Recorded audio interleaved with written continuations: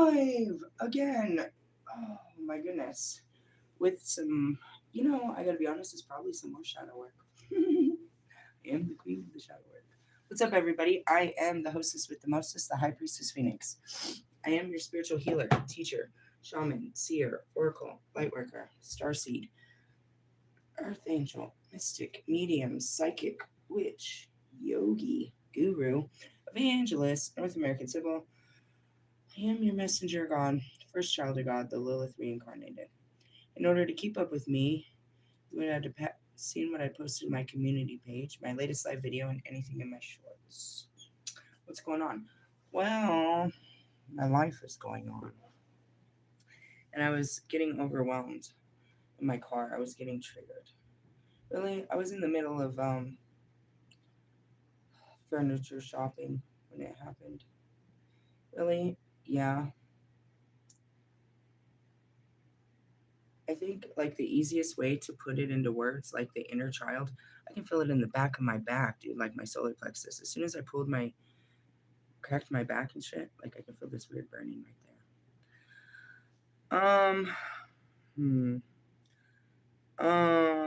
Putting it into words, it's like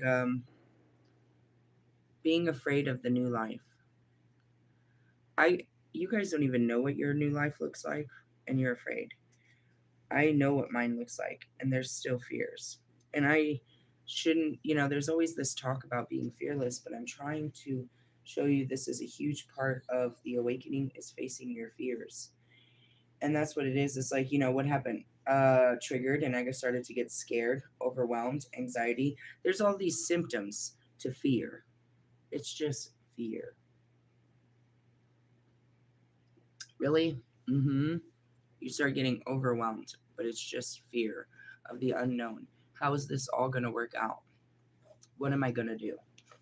In those moments, it's really important to stop yourself and sit and remind yourself that you are not alone in those moments.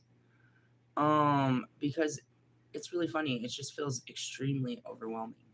These moments come in of like almost, panic. It's like, geez, really? Well, I mean, I got approved for my house, obviously, and I was starting that up, and the only thing that will hold it up is, now the other end.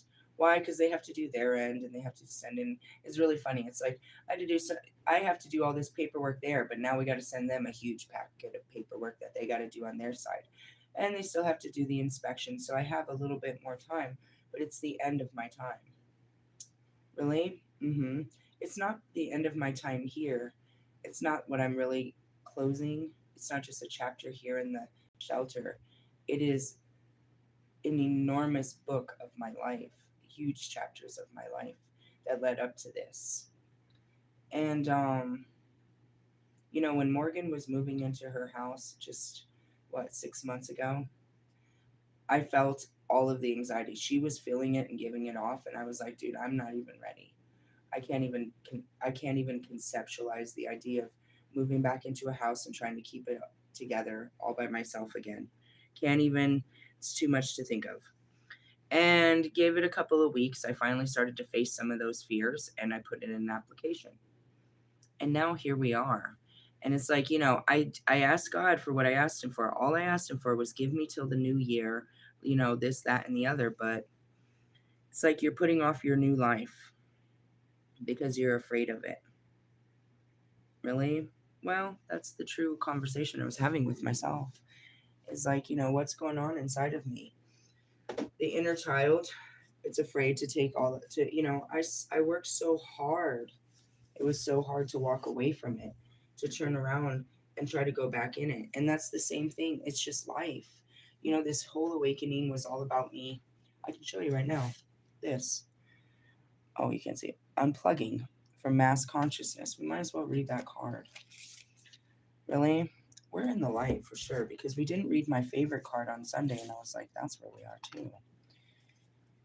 I've been working, that's what happened. God pulled me. It took forever for me to fully pull out. I mean, I was always here in America. I was always around. But to pull out mentally from the fucking idea of what this world meant and my place in it and what I was doing in it took me quite some time. And then I got very comfortable in this place of nothing where I learned to find so much comfort outside of your world. And then little by little, he tried to shove me back into it. And it's been a hard integration. And this is another one, you know? So, like, for example, you know what I mean? Going to the Bone concert, you didn't see it, but she did. B saw it. I knew about it since December. I think even like almost November. And I knew I was going to go and I knew I was manifesting it. And I was just like, the closer it got, the more intense it got for me. I started to panic about going back into that world again. Realistically, yeah. I I guess in the end I despised the world. After I came out of it, I really despised it. I despised everything about the world that I left. I didn't want to go back. There was this movie that Leonardo DiCaprio was in when he was real young. I think it was called The Beach, where they found like they literally made their own little lifestyle on this little island and just created their own reality and lived off the island. And that was me, completely off the fucking radar. For sure, off the reservations, in some cases on the reservation. And coming back into it, it's been so difficult. And now this is the next spot. Like, I need to, the whole time I was trying to plant roots. And I finally learned how to be comfortable flowing in the wind. That now I'm supposed to plant roots again. And it's like, wow, I gave that up only for it to be, it was like only when I gave it up did it become my reality. Really? It wasn't that. I pictured a different life outside of, I didn't see that coming. Realistically, no, but God promised all of this stuff. And going forward, it's like, I'm not alone doing this. I have God. He's the strongest partner I could ever ask for. Like, it is like the most magical bond. I am totally not alone in this at all. And you could say I wasn't alone before, but I didn't have the right guiding forces. I wasn't in a place, I couldn't have taken my old home and made it happy. I couldn't have done any of that, any of my healing there. And I'll be in a new neighborhood. And I don't know the South down here. Me neither. I don't really come down here. But I'm only, fuck. What is that area up there? It's a nice area. Glendale, I think it's called. Anyways, I'll be up in that area and I've never been in that area. So I get a new start and it's going to be all new, but it's like so much. Realistically, I mean, it's a lot of adulting. I've been an adult, but I stopped being an adult. And that's what it's really fucking terrible. It's like when somebody goes and joins, like, it's like almost like they kicked me out of the temple. It's like you're never supposed to come back after you've converted. You don't come back to civilization, not until way later. I was like, where's my comfy fucking temple in the fucking Himalayas? No, bitch, you gotta go back and get a fucking job. This is some cunt ass shit, God. Realistically, no, it's the shit that I wanted to make my music album about. It's talk about how women can do it all. I guess if you look back, it was really an honor to, the goddess inside of women because my whole idea, my whole concept of what I wanted to do with my music was show that women could live both lives. They could be, ooh, what do we got flipping out? Ew, shut up. Get your fucking cups away from me. Really? Temperance is on the bottom of it. I'm pulling out all kinds of cards. We're going to be talking forever. Why? Because we need to talk our way through this. What is it? I'm going to have a brand new life and I'm kind of freaking out about it now. It's like literally next week. It's like so close. Really? There's nothing I can do. It's coming. I got to get a life. I mean, God's got a life for me. And it's really funny because I'm over there. You guys got to get a life. You got to let God give you a life. And now I'm here and I'm like, even when you have it and it's all secure and everything's tucked and tidy away, you're like, oh no. It's like, oh man. I have commitment issues, I think, or something's happening right now. It's something about this whole, I don't know. I'm flaring up. My inner child is. I don't even think it is. I think it's the Lilith. I've been training for domestication for a while now. And I'm like, I don't know. Starting to think about getting stuck there, like stuck in my house, just I don't know. That might be what I'm feeling. I don't know. Get out of my face right now. Let's read all the other cards. Let's fill ourselves with light. That's it. I started thinking about it. I started getting overwhelmed. I started shopping for furniture, and that's all it took. I was like, oh God. Dishes, fucking, fucking, all this shit, bro. I'm like, oh God. Really? I had a nice house, I really did. I had a cool bedroom set. It had mirrors. I had lots of nice stuff. My kids had cool bedrooms. I had to start all over. That's some bullshit. One piece of furniture at a time. And it's really funny because that's how I always did it. I was reminded when I was a teenager in Mexico. We used to get these apartments and houses all the time. You have to fill those motherfuckers and then we just abandon the motherfuckers. Really? That was the funnest part. Let's make a home. Let's make a happy home. Well, I mean, it kept me busy. I guess that's what you're supposed to do with these broads is, give them money and they can make a happy home. Okay, what am I supposed to do after that? Now he wants me to work from home. There's a lot going on. I'm being suffocated by this home. I'm being in my home all the time. It's weird. That's all I do now, but it's just, I don't know, conceptualizing the idea, seeing myself where I'm going to be in a couple weeks. It's like, do you realize where you're going right now? Oh, it's not. I mean, the only way this is going to stop is if I win a lottery. So I better buy a ticket at least. Then I don't qualify for that house. That would be even worse. And I'd have to fucking use my brain and find a house. That'd be even worse. I'd have to actually work at it. I'd have to get to real work. Maybe not. Maybe I should just start with an apartment. Really? Responsibilities. Really? Yeah, I'm feeling overwhelmed. Let's read some guidance from the gods. Let's start with that first one. We're going through a transformation. Ew, there's the freaking there's that Empress energy again. Yeah. I just feel it. I can't even tell you what it is. I'm trying to put it in words, bro. It's like you drafted yourself to the fucking army and you were so excited and you've been planning this your whole fucking life. And now you're like waiting. You're like, fuck, did I make a mistake? Is this really what I wanted? I mean, I said I wanted it. This is all good, right? It's like Runaway Bride right now. I'm like, oh, dude, I am so triggered right now. Really, what's wrong? I don't know. I told you I was just shopping for furniture, and I felt like I just wanted to run away from this whole idea. What number is that? Number 12. I have a perfect life for you. It's that kid. Hey, come here. Come here. I want to show you something. Hey, dude, I don't know. What is that? That was me yesterday crying. Please don't make me. Please don't make me. Such a kid over here. Really? I was doing just fine. Actually, it was a weird ass day, bro. It has been the weirdest day. Well, maybe in my life, I don't know. But energetically, all right, dude, seriously, I just want to say God's an asshole. And he only chooses to snow after I wash my car. I was like, I should wash my car. So I did that yesterday. And then today, I shit you not, the sun was out and I was cleaning the windows inside and out. I'm sitting there after I clean the windows and I'm smoking and I look up and there's fucking snow falling on my windows. So you asshole. Where's the sun that was just out here? What the fuck is this? It happened so quick. Really? I walked to my appointment in a nice, pretty pink sweater. I needed a fucking jacket to get back in my house. Really? The fuck? I told you about that yesterday. Colorado, man. I told my kids today, too. I was like, you better take a jacket. Poor things. Anyways, let's go into this. The Greek word for soul is psyche, often depicted as a butterfly because of the soul's capacity to transform. You aren't meant. There's one of my children. I mean, okay. I was just speaking of you.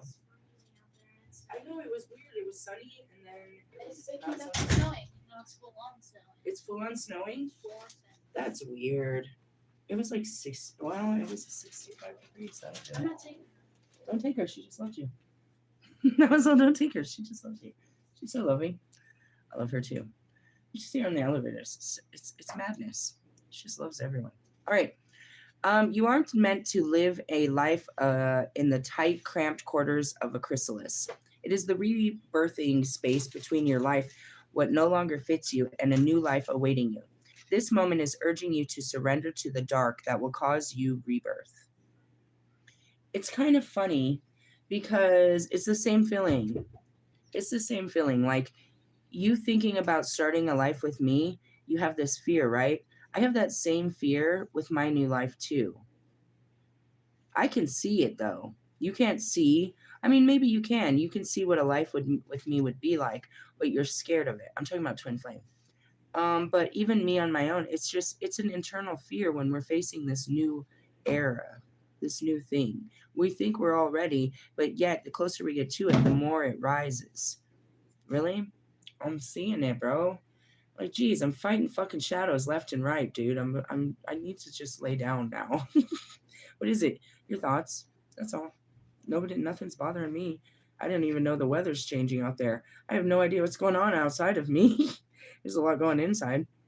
Really? Yeah, and thank goodness. So I called back Omar, and Omar scheduled me for an intake on Tuesday. He wanted to do it today. I was like, dude, take it easy, Omar. I'm not ready to get a job right this second. I know you really want to get me one, and you have the perfect job for me, but hold on a second. So, anyways, I scheduled him for fucking Friday. Well, I'll sit with him, and then she's like, "Well, we have the accelerated. I don't even know what it is. It's an accelerated employment class that we do once a month, and it's on the 17th." And I'm like, "There's so much happening, acceleration happening on the 17th. Don't sign me up for that." I was like, "There's too much going on. There's just too much going on right now. Really, you'll see." Like, whoa, what just happened? And he poof, here we are in my new life. Really? Yeah, it's cramped right now. It's the rebirthing space between the life that no longer fits you and the new life awaiting you. This moment is urging you to surrender to the dark that will cause your rebirthing. Let the ill-fitting, undeserving, too tight beliefs, thoughts, and actions die off. You know,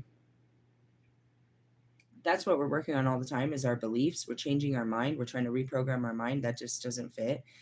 Something like that. Like my mind wants to see people as bad people all the time.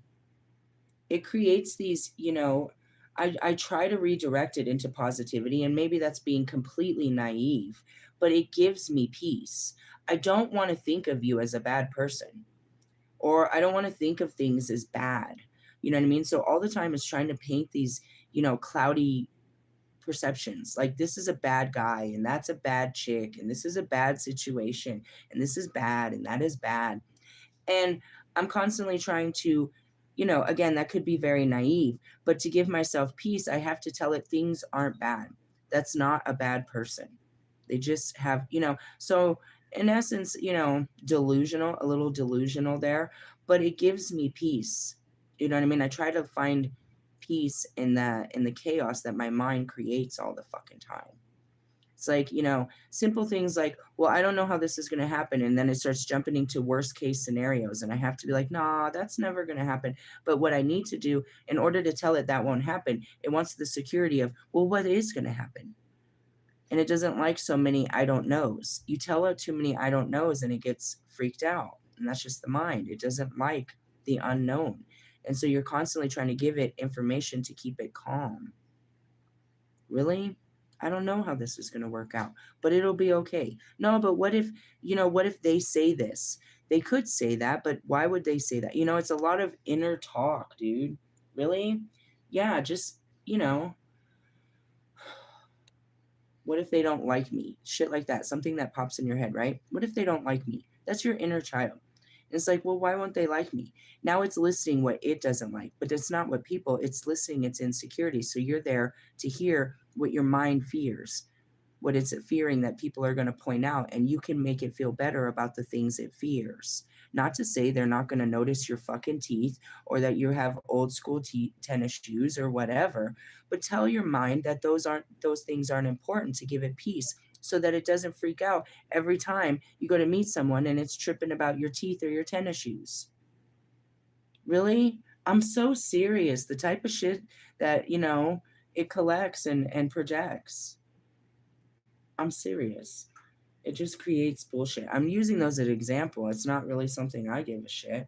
I mean, fuck, I'm flat foot and I have no problem taking out my partials right now. Realistically, fuck you. I'd probably make a better blowjob. I'm not sure. Can you tell the difference? Let's try. Can you tell? Can you feel this in my mouth? Feel this. Sorry, I'm being gross. Realistically. And then going back to my feet, we're not even going to talk about your fetishes. I'll get a pedicure, and who cares what tennis shoes I'm wearing? I have sexy toes that are hidden by beat up tennis shoes. That's what I'm saying. Make it better. Make it sound great, dude. Fucking, fucking make the mind do what you need it to do, dude. Think good thoughts. Damn it.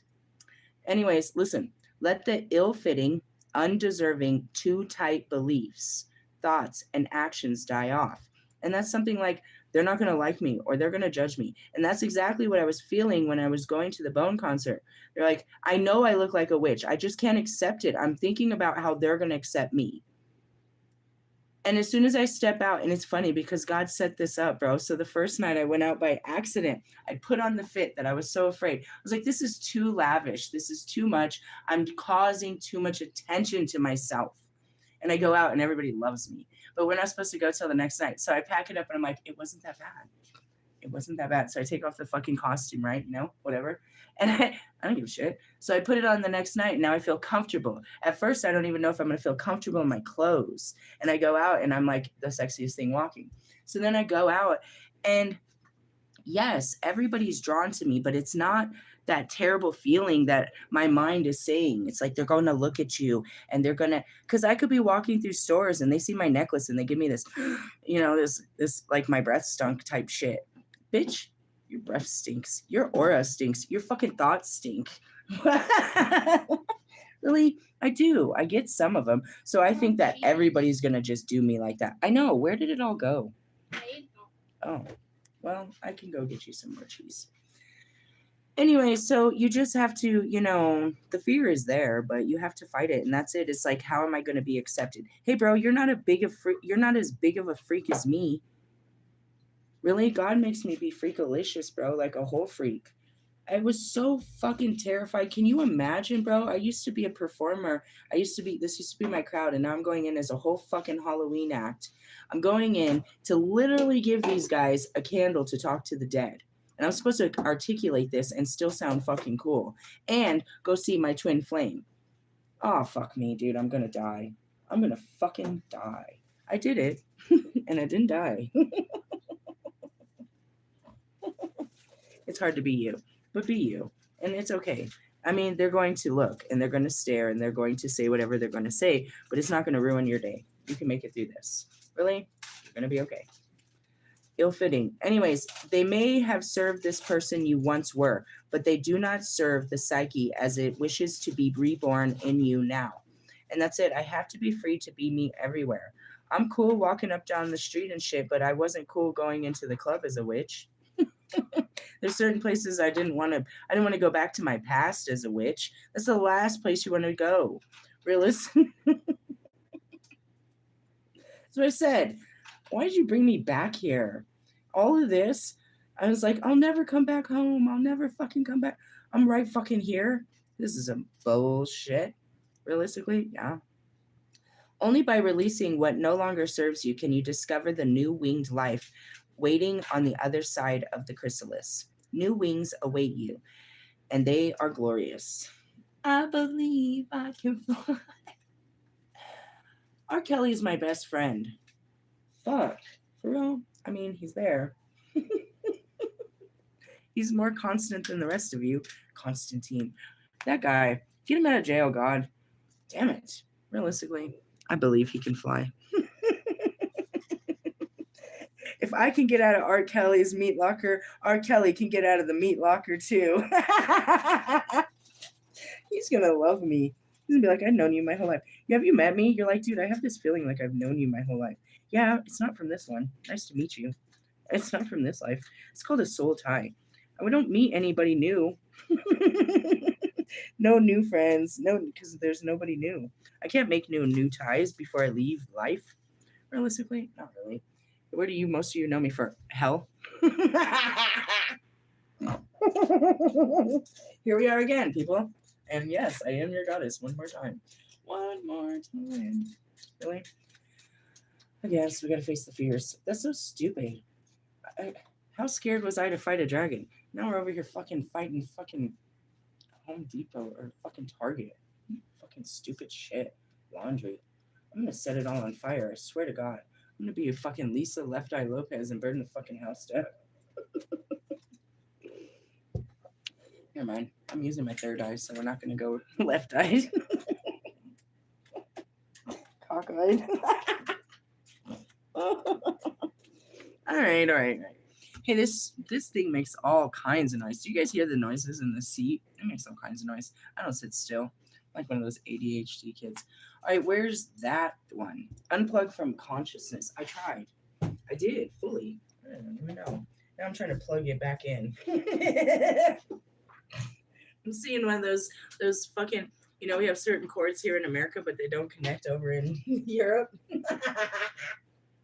That's my problem. I have the wrong connection. Oh, the wrong guidebook, too. My connectors are all fucked up. Really? They make sparks.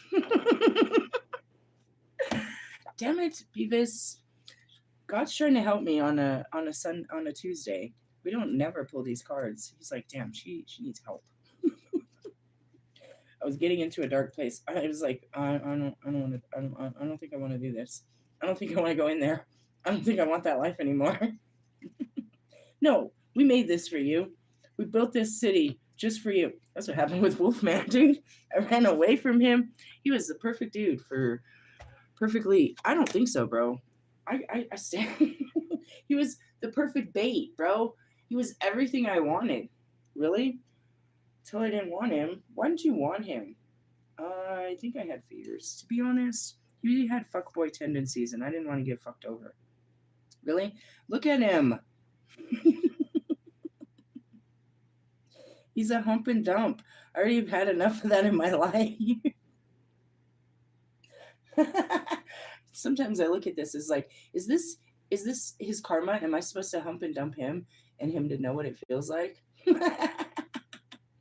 I can do this. I'll fuck the shit out of you, dickhead. You fucking dickhead. Once I get past my fears, bro, I'm gonna sit all over your face. What did I tell Russ? I'm not gonna sit on it, I'm gonna ride your face. Have you ever seen that done? Put your hips into it. I had him reading sex books. He was scared. Be afraid. Unplugged from mass consciousness. There is a belief system based on fear, doubt, and distrust that is unknown as mass consciousness. It says it's safer to stay with the crowd and not question what you have been taught. Oh, okay. That's not me. But why? No. I'm a fucking 5-year-old like that. That's probably why those are my favorite ages. If I could run just a perfect school, it'd be 3 to 5. Fucking preschool. Man, these are little Jedis, dude. These are the best people. I spend the rest of my life with 3 to 5-year-olds. They're the coolest they're the coolest age of human beings, evolution. You ever known a 3 to 5-year-old? They are so fucking fun. I don't give a shit who they are. Let me meet your 3 to 5-year-old. They're my favorite person in this world. Babies are pretty and all. What I'm talking about as far as beings, little beings, between 3 and 5, they can talk to you. They tell you what they want. They can use the restroom. You can take them on to, they can explore. They'll learn anything. And they actually have a personality to where you can have a conversation and they add to it. They're fun to talk to. They have thoughts. They have feelings. They have interests. They're intuitive. They're cool. They're creative. Most of them, they'll sit there quietly, but you can easily make a connection with the 3 to 5-year-old. It's super fun. I'm seeing this show. Should have never gave him no shows. Bill Cosby had this show that he remade, which was an old show, where they said kids say the darndest things. Those are the fucking funniest ones, bro. 3 to 5, bro. Look back at your kids. Imagine back then. They were fun. Super fun. Really? I wish I could just keep you in this little package. 6, they go off to school. And then they become whatever the world tells them. Really? You're just trying to hold on to them. You're trying to hold that little innocent baby, but it's already hatching in the school zone. Really? Oh, yeah. You could teach them anything. You could teach them like 5 fucking languages, all kinds of shit at 3 to 5. Really? They are so smart. Did you ever watch Matilda? They wouldn't let her go to school. She figured it out, bro. She was reading books and doing everything. She got it. She got it. She got her first library card and it was done. Really? 3 to 5. All right, moving on.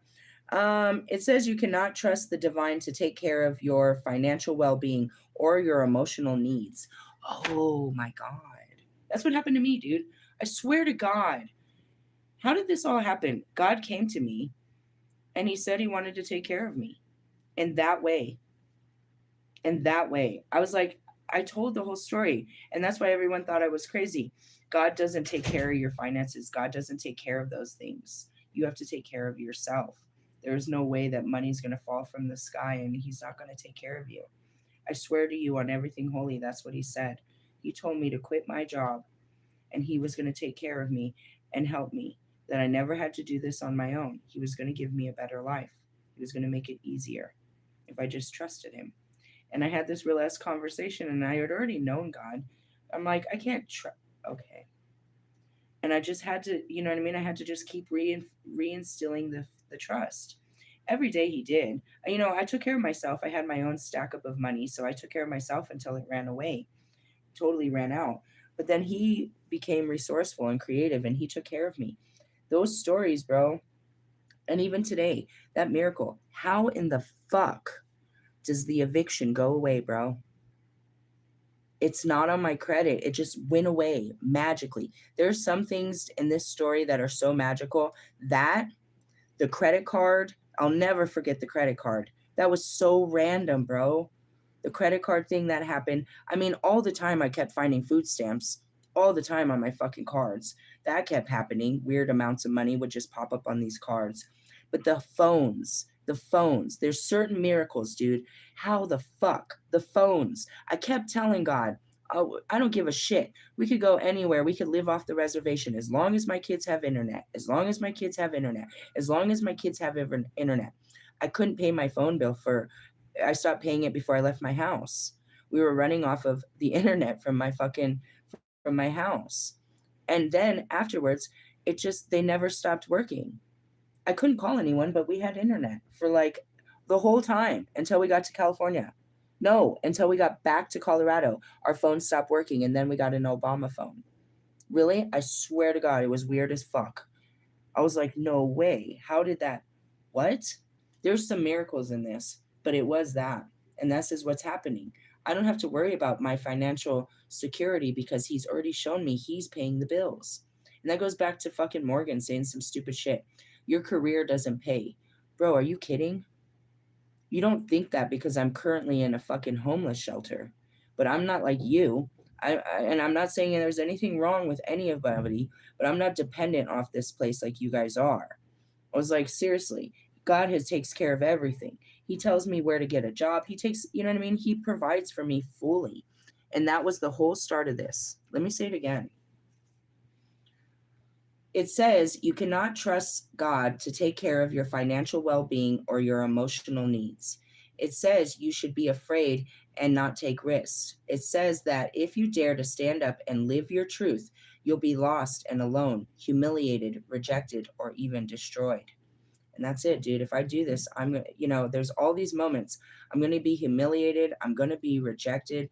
This is financial devastation. This is social fucking suicide. The mind is the world is falling every time you make one of these decisions, bro. To access this, let go of the way that, to access this, let go of the way that is too small for your soul. That's thinking small, bitch. It's not true. And that goes back to, I tell Bobby, I was like, come on, bro. You always say this. I'm going to lose everything. I don't think so. After thinking this out, I don't think you're going to lose the wife for sure. I don't know if you're going to lose the structure of the house. I don't know. But you're to making this, you know what I mean? It's full destruction in his eyes. But like think about this, dude. Really though. And that's it. It's like, I knew I was going to full destruction, but that's because God told me he had a new plan for me. He had a new house, a new life, all of this. Again, it took, I kept trying to do it my way. It wasn't until I gave up that he made his way happen. Really? And that was just following his intentions. He's the one that made me fight my fears to put in the application for this particular apartment. Really? And out of nowhere, somebody, I don't even know who they are, I just got a referral through my daughter's school about some kind of, I don't know, mobile youth services. He said, "We heard about your homeless situation and we'd like to offer our services." Now, I'm currently moving out of homelessness, but there's all this support. Really? I was trying to do it all on my own, dipshits. I was trying to get my own job. I was trying to get my own place. I was trying to do this all on my own since the minute I lost my house. I wasn't really letting God guide me. I was trying to just do anything I could find. I was being kind of desperate, if you want to be honest. And then he just, he'd let me whittle at it and then he'd pull me out of it. As soon as I got to Oklahoma, I took the fucking I got the Walmart job and I went into housing. I went to low income housing, the housing authority, and got put on the list. At the time they said there was no waiting list. And then I realized I'm moving into low income housing and I kept trying to picture it and I couldn't see it. I couldn't visualize myself. There was only a couple of these apartments, so I tried to drive around them and see myself living there. I never saw it, so I knew it wasn't going to happen. And that's it. You try to put yourself where you're never going to be. If you can't really see it, it's not really meant for you. So God showed me when I was inside of Morgan's house. I'm sitting there and she's desperate wanting me to move in and be her friend because we've made a friendship and she needs a friend and this is new and she'd really like me to experience this with her. And I'm telling her, "Nah, bro, this is your blessing and God took you and this is your life and he put you on a pedestal and this is a great place and a great start for you guys." And then I came over again and she started, peeling it on me and shit. And I'm sitting there and I'm looking and I saw this vision of a Christmas tree in the window. And I got this like homey feeling. And then finally, something happened and I pushed my fears and I put in the application. And that's it. I didn't look for another house. I thought about other houses. I tried to envision myself in other places, but I was sure of this one. Really? Because God showed it to me. He guided me straight into it. Really? That's how it all works. Walking in the vision of your life instead of trying to envision your life. You don't have all the pieces. And that's it. I have a lot of pieces right now. I know where I'm going to live. I know that I'm going to work from home. I know that I'm going to start art. I know that my bills are paid. I know where my kids are going to go to school. Well, not my sons. Only for this year. And after that they'll both be in the same high school. So, you know what I mean? It's right down the fucking street. You know what I mean? I know all of these things. I have plenty of knowing, but there's still fear. But what about this? And what about that? Just the niggling little details. Something like internet. I had an outstanding internet bill and I don't know how much that was. It's like, what about internet? And what about how long is it going to take for you to get your furniture? And, and then, so I'll just tell you the truth. What really triggered me is the people downstairs are playing funny with the pocket. What is it? Since the day I went to talk to them, they told me that they didn't, in January, they didn't have official, outline of what their budget looks like, itemized budget for families or for anything. So then we're getting closer and we're getting closer. And so she hasn't told me what my budget is. And I asked with Jewish Family Services, I have a certain amount of budget. And I asked her, and she's like, "I know, my caseworker here hasn't said nothing." She's like, "She sent me an email and said that, they cover moving costs and some of this, but we cover that." So she was being very vague. And I was like, "I know. They're being funny about the pocket." And I was like, "I don't want to get into this because the card said," and I got upset about it. I was like, "The card said not for me to have any communications and that my communications would be taken wrong. The last time I saw her, I accused her of being a drunk. So I don't want to really go in there and be like, come out the pocket.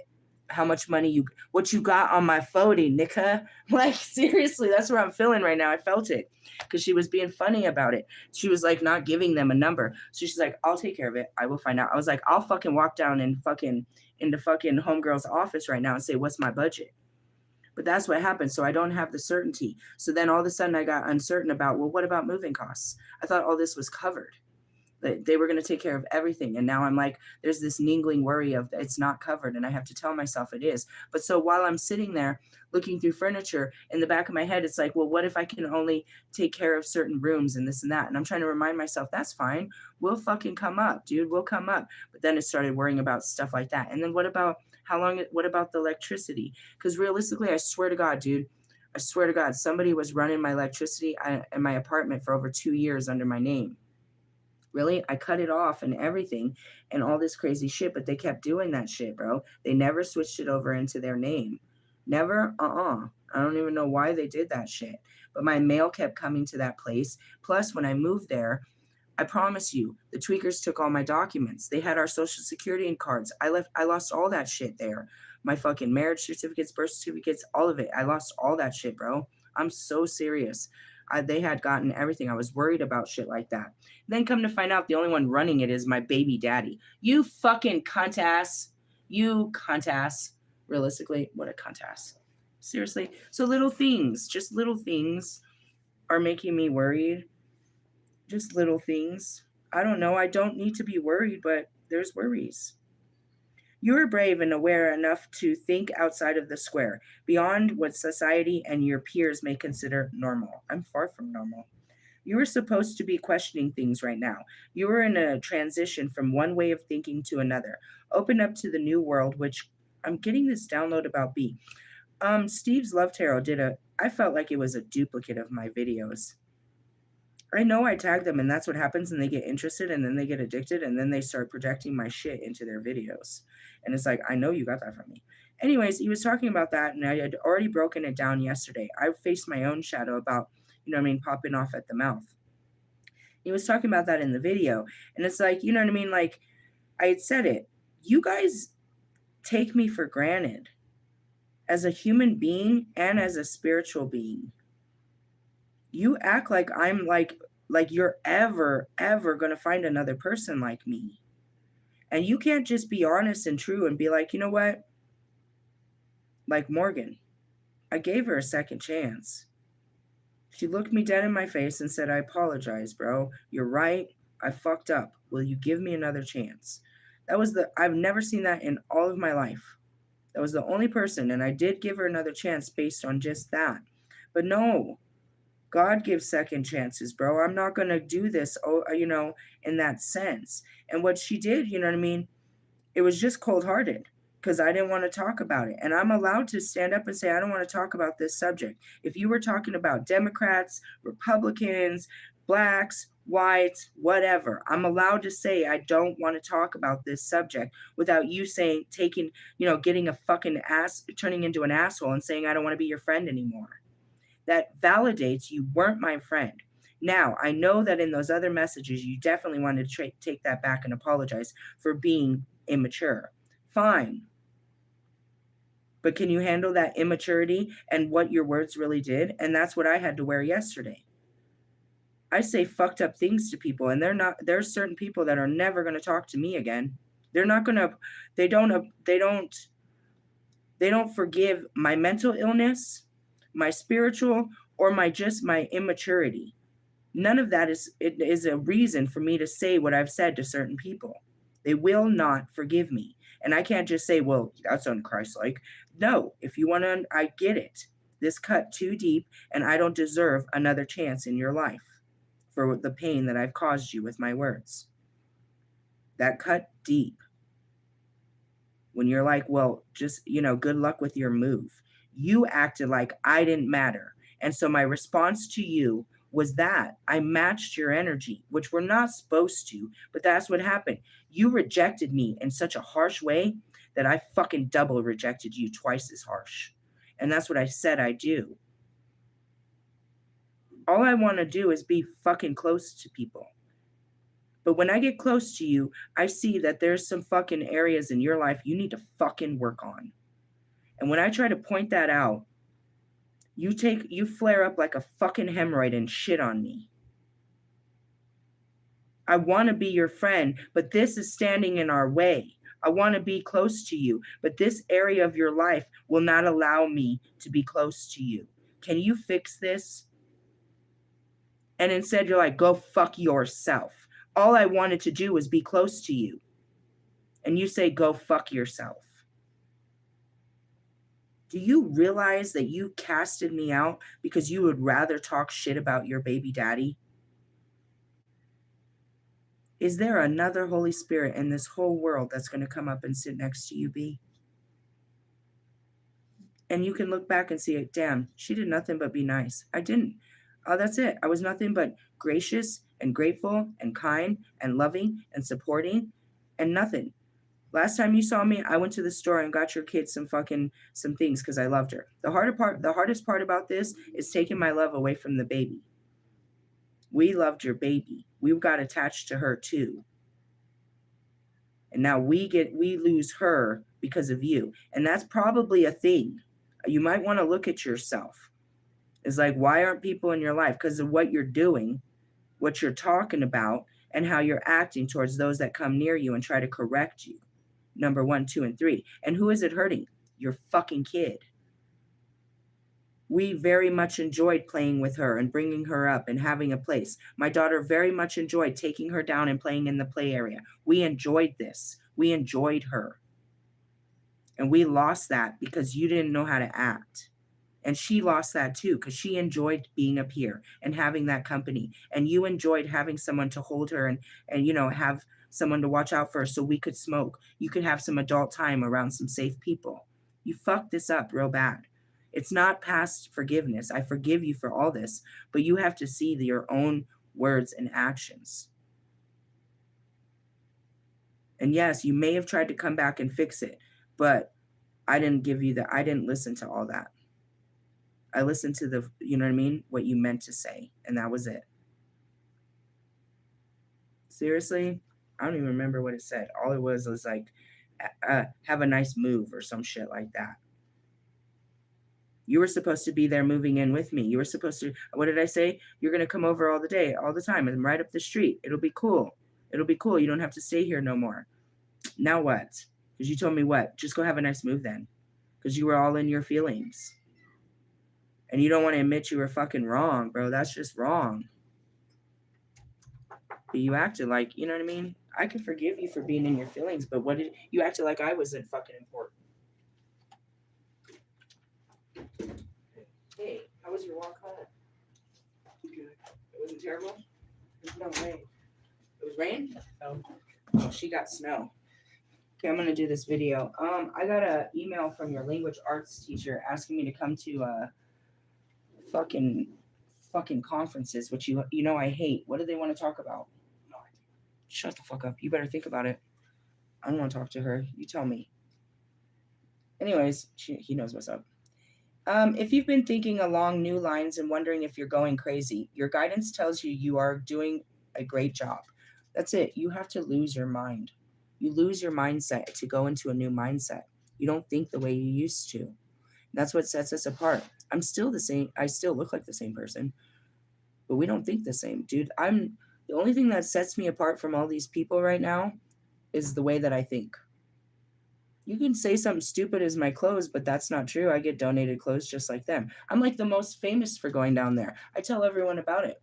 Really, they have an enormous banquet room filled with all kinds of goodies. It takes some time to go through that shit. But I mean, I do it here and I go to all of that stuff. Just like he said, I wear the rags. Really? Well, I mean, it had fresh tags. Shall I bring you out my lucky tag? You serious? It's a brand new sweater. Most of my clothes are. That's where I got that beautiful, fabulous fucking dress that I wore to the concert. I was like, where the fuck am I going to wear this to, God? Really? True story. And in the essence, it's like, what sets us apart? The way I think. It might be in the other trash. I was going to show you. I just pulled the tags off this shirt. Really? It's beautiful. Lucky brand.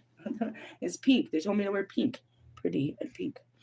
Yeah, and that's all that sets us apart. I'm not better than you. I think better. Therefore, I act better. Therefore, I feel better. I'm not in the sense of, it doesn't mean I'm better because I have a better car or I have, you know what I mean, a better apartment and shit. None of that shit. Realistically, no. Fucking, in essence, Morgan's rent is like what? What the fuck did she say it was? Something crazy, bro. Her rent's gonna be like $135 a month. My rent's $1,750. We live in the same fucking in the same fucking building. I got one more bedroom than her. Don't say that. You know what I mean? What it is, it's like, no, I'm no better. Bitch, I'm no better. And you're no better. And we're no better. And that's just it. Realistically, what puts us better, what sets us apart is the way that we think about things. And that's what creates different realities and we live different. I can live a better life, have more value to my life because of how I think about it. Where you're just living the same, two bitches living in their house doing the same housework have different, you know what I mean?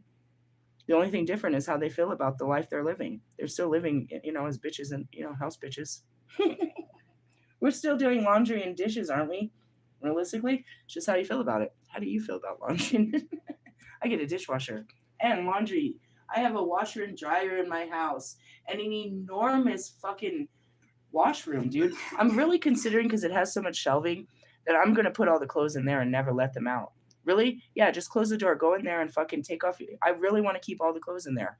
Why? Because if I put the clothes in the room, then there's a lot of transferring and I'm responsible. They're not gonna bring the dirty clothes out of the room and I'm gonna have to bring the fucking no, just keep it all in there. Really? I'm very considering this. And that eliminates all that stupid shit in the closet. You can leave that to just jackets and fucking shoes. We don't need fucking dressers. Maybe a couple for underwear and shit like that, undergarments. But seriously, maybe not. I could find some cool little storages. Really, I'm not. I was already manifesting all this. Fuck all that shit. When my kids were little, that's why I'm so funny about the clothes. Dude, they do it all the time. They just fucking tear up. My daughter will fucking change her clothes 4 times today. 4 times. Fucking asshole. Let me show you. There's one outfit. There's another one on the floor in the bathroom right now, and she's probably standing in a t-shirt. I'm serious. Fucking asshole. Fucking clothes. Anyways, I don't know. You change, you lose your mind so you can have a different way of thinking. They give you different thoughts. I used to think like you. I don't think like that no more. Really? Mm-hmm. Really. Trust yourself. You are thinking in ways that do not belong to mass consciousness. It can seem scary at first, but once you realize the benefit gained from unplugging, you will enjoy the process much more. Let's see. If you or it will free you and empower you to live your life of your own choosing. That's what it means when you live by faith and not fear. When you're optimistic and not pessimistic. When you're those are the difference. Those kind of people are risk takers. They're adventurous, they're visionaries. They usually have a good quality of life. Not because everything goes right, but because they have a good attitude. It's all about the attitude. And that's what we're trying to do is we're trying to change our attitude by changing our thoughts. Again, I just showed the first half of the video is it projects negative thoughts. We brainwash it into thinking better thoughts about everything. Why? Because it doesn't help to sit there and say that bitch is a whole ass cunt. She's a useless ass, broke ass, fucking straight fucking sex working bitch. She ain't gonna be shit. She ain't doing shit. All these bitches ain't shit. I could sit here and say that about at least, I'm not even gonna name them. I could say that, bro. That's negative as fuck. You bitches ain't shit. You ain't doing shit about your life. You ain't gonna be shit. Your fucking kids ain't shit. I can see this shit. You ain't shit. I can just watch you all day and say, look at this ain't shit bitch. Ain't doing shit about her fucking. This bitch ain't changed her clothes in fucking 2 weeks. The 2 fucking weeks you've been in those fucking clothes. Really? I could do it, bro. Trust me. My mind comes up with it. It says that type of mean shit inside my head. And I got to say, nah, nah, nah, nah. Don't think like that about them. They're going to be all right. God's got a plan for them, dude. He's going to move them into housing. They're going to get great men. They're going to get transformed. Their kids are going to get good lives, bro. They're going to have good lives.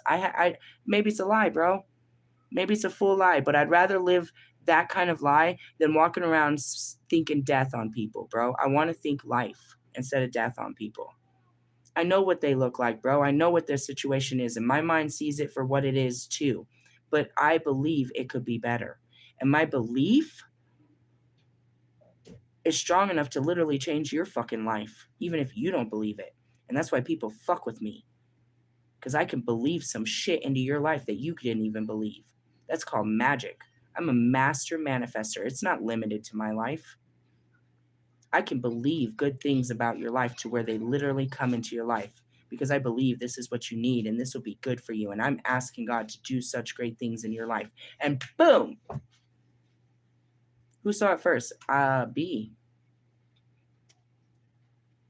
She was sitting there Seriously, this is when we started the conversation. I'd seen her for a long time, and she was sitting there talking shit about this dude. And she's like, he fucking took off with my fucking car, and I fucking needed that car. And this fucking guy, and she was going off about the guy, and I was like, you know what? It's not the guy. And if all he had was, the price to get rid of him was the car, then it was the price to be paid. And all he has is that car now. He lost his wife, his girl, his kid, and a roof over his head. He's right in the streets. Let him have it. That's all he has. She's like, you're right. I was like, yeah, trust God. He'll give you a new car. The next day, she made a phone call and she got a brand new car. The next day, instead of stressing that he was going to bring it, trying to get him to bring it back, she finally told someone, he took my car and I need a car. I got you. I'll get you a car. Swear to God, that's what happened. When she stopped trying to get him to bring back the car and just accepted the car was gone and lived in that reality and told someone, they fixed it. She got a brand new car the next day. Really? Swear to you. And that was it. Stop focusing on that. And that's how I can show you. Real shit will come into your life. You'll be like, dude, you manifested this for me. I mean, it was a good idea and I believed it, and here we go. And that's what I mean. You got to change your mind. If nothing, just to be kind. Just to be kinder in your thoughts. It's like, look at this fucking hooker. Don't say that about people. She's a whole sex worker. She's a prostitute. Stop calling girls prostitutes. Really? I choose to see it differently. Why? I don't know. Again, it could be bad, but it works. Opportunities and connections can open for you in this way that defy old beliefs. Sometimes breaking from the accepted norm, doing things different, or being considered weird to family, colleagues, and friends is a sign that you're breaking away from consciousness of the masses. In the beginning, they didn't know what I was doing. Now I come back a success. And back then, they didn't want me. Now I'm back. They all want me. Hey, Mike Jones. Mike Jones. Realistically, yeah, they thought I was fucking crazy. But then they're like, oh shit, God can help me. Oh man, I feel stupid telling you this, but yeah, you really can. You just have to trust him. You can't just trust him to just. You got to walk in what he's showing you, though, bro. That's not how this works. I didn't, it's not that easy. Realistically, yeah, but it's that. You know what I mean? They're like, oh, they didn't believe me. They didn't believe God was real. They didn't believe that anyone could lean on God. They know that I didn't do shit. And that's that post. It hits different when you know it was God. Mr. Plum was so fucking proud of me. I can't believe you got a new job. And it made him look at fucking Ezekiel, dude. Ezekiel had sat around unemployed for a year and a half, bumming off of Mr. Plum. And I came in 1 week and got a job. He's like, I'm so proud of you. I'm so proud of you. I was like, it wasn't me. It was not me. Really? Yep. And that's what it said too. Everyone was so proud of every job I got here. It wasn't me. And that was it. It was Morgan and I that manifested the public storage. She was telling me about it. She's like, they come with housing, right? I was like, that would be good for me. Next thing I know, there I was. And I was getting into that job for the housing, but then I realized that what happens at a public storage unit. Really? Oh, dude. They have lot lizards and fucking dope fiends and all kinds of shit. And they break into other people's shit. Really? Oh man, I never even knew it was a thing. But it is. It's a whole scary environment there. And I was like, I can't do this. They said that they didn't have an environment like that, but the first time I caught someone on the fucking property, I grilled them, and the manager, Miss Jessica, was like, we don't escalate situations. And I had to go to management. I was like, I thought this is what we're supposed to do. And they're really like, a turn the cheek situation. And then I started thinking about it, and I was like, they were trying to put me in these locations, fucking Federal and Evans, the hoodie hood. I was like, right there next to that ghetto ass Walmart where there's always fucking shootings and shit. Swear to God, there's housing there. I'm like, oh man, I don't want, it's isolated housing, but these are the people that are accessing it all the time. It is closed in. And then you can't, that was the thing. I thought this was cool until it was not cool. And I was like, no, fuck that. And then, that fucking goofy ass job that the Holy Spirit came up with, that was a total manifestation. I was like, it might be good for me to do some kind of like security because I'm always like telling on people. I was like, maybe something overnight or like working with old people. Like maybe I should do like cleaning at like a retirement facility. I said all of that, right? And then all of a sudden, this job reaches out to me, and it's an overnight fucking front desk position at a memory care and assisted living. They reached out to me. I was like, that was a creepy job. It was, but I learned so much about the brain. I only went to that job to get a paycheck and learn about how my brain works and other brains work. Really, I did over 40 hours of fucking training about memory care, Alzheimer's, dementia. I took all the notes. It helped me understand what happened to my brain and what happens to theirs later. That's pretty much what I got that job for. Realistically, then there was Target. No, one day I was talking shit and I was like, fuck a job. You know what would be a good job for me? I'll be out there ringing that fucking bell for Salvation Army. Ding a ding a ding a ding a ding. And I was making jokes, right? And then it showed up and I took that fucking job. I only worked it 2 days, but that paid for my daughter's birthday. That paycheck paid for my whole daughter's birthday. And that's all I needed. I was like, I need to get a job to pay for my daughter's birthday.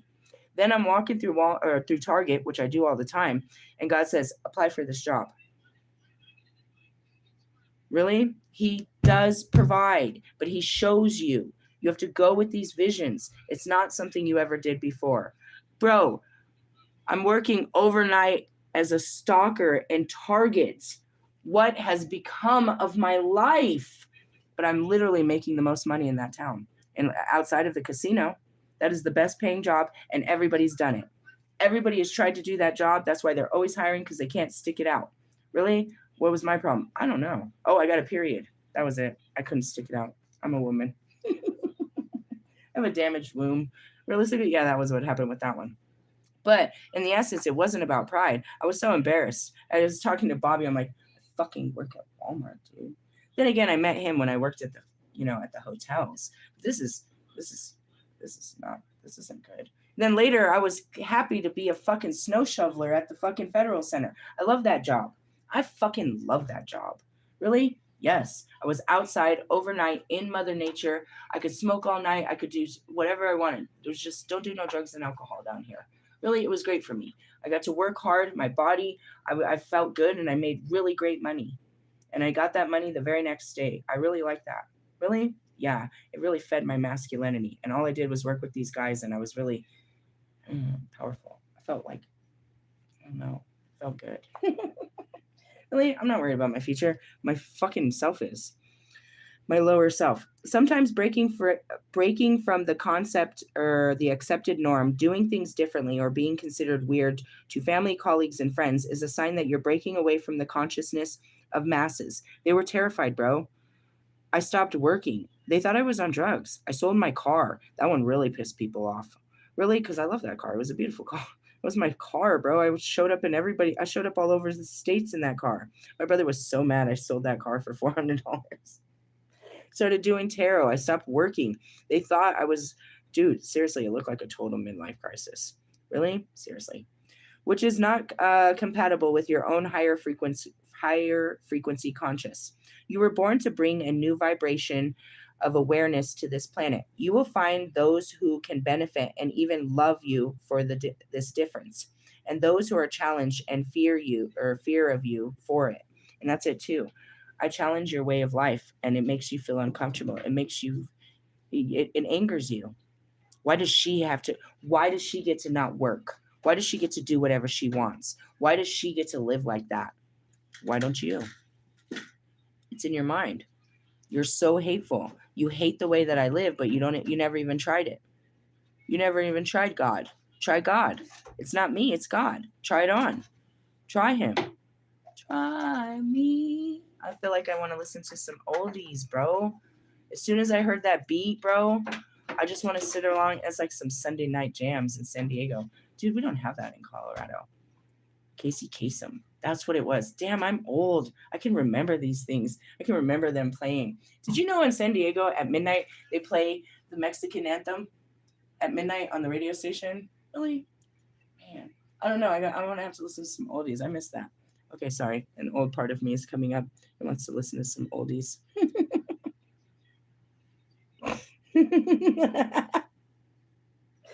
Here's this joke. You know why cholos wear beanies? So they could pull them down real low and you can't see that they're crying. Oh, Lord have mercy. You were born to bring a new vibration. Sorry, it was funny. You will find that those that who can benefit even love you for this difference, and those who are challenged or fearful of you for it.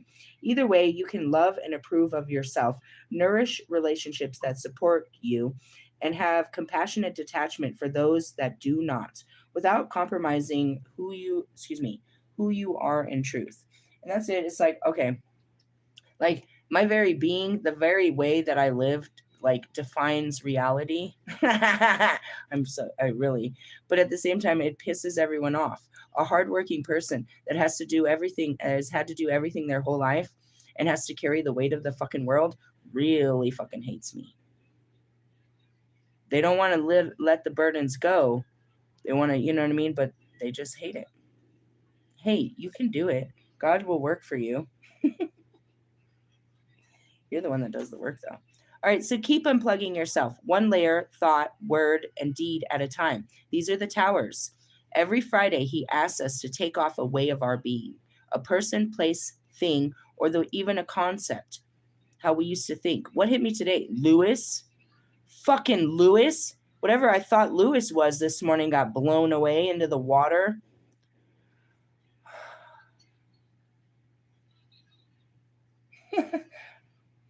Lewis did that to me before.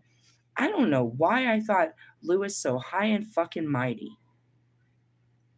I mean, obviously for obvious reasons, but it doesn't matter about the outside. I really thought inside he was a better person than this.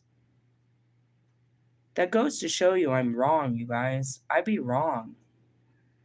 I'm not a great judge of character because I only want to see the good things.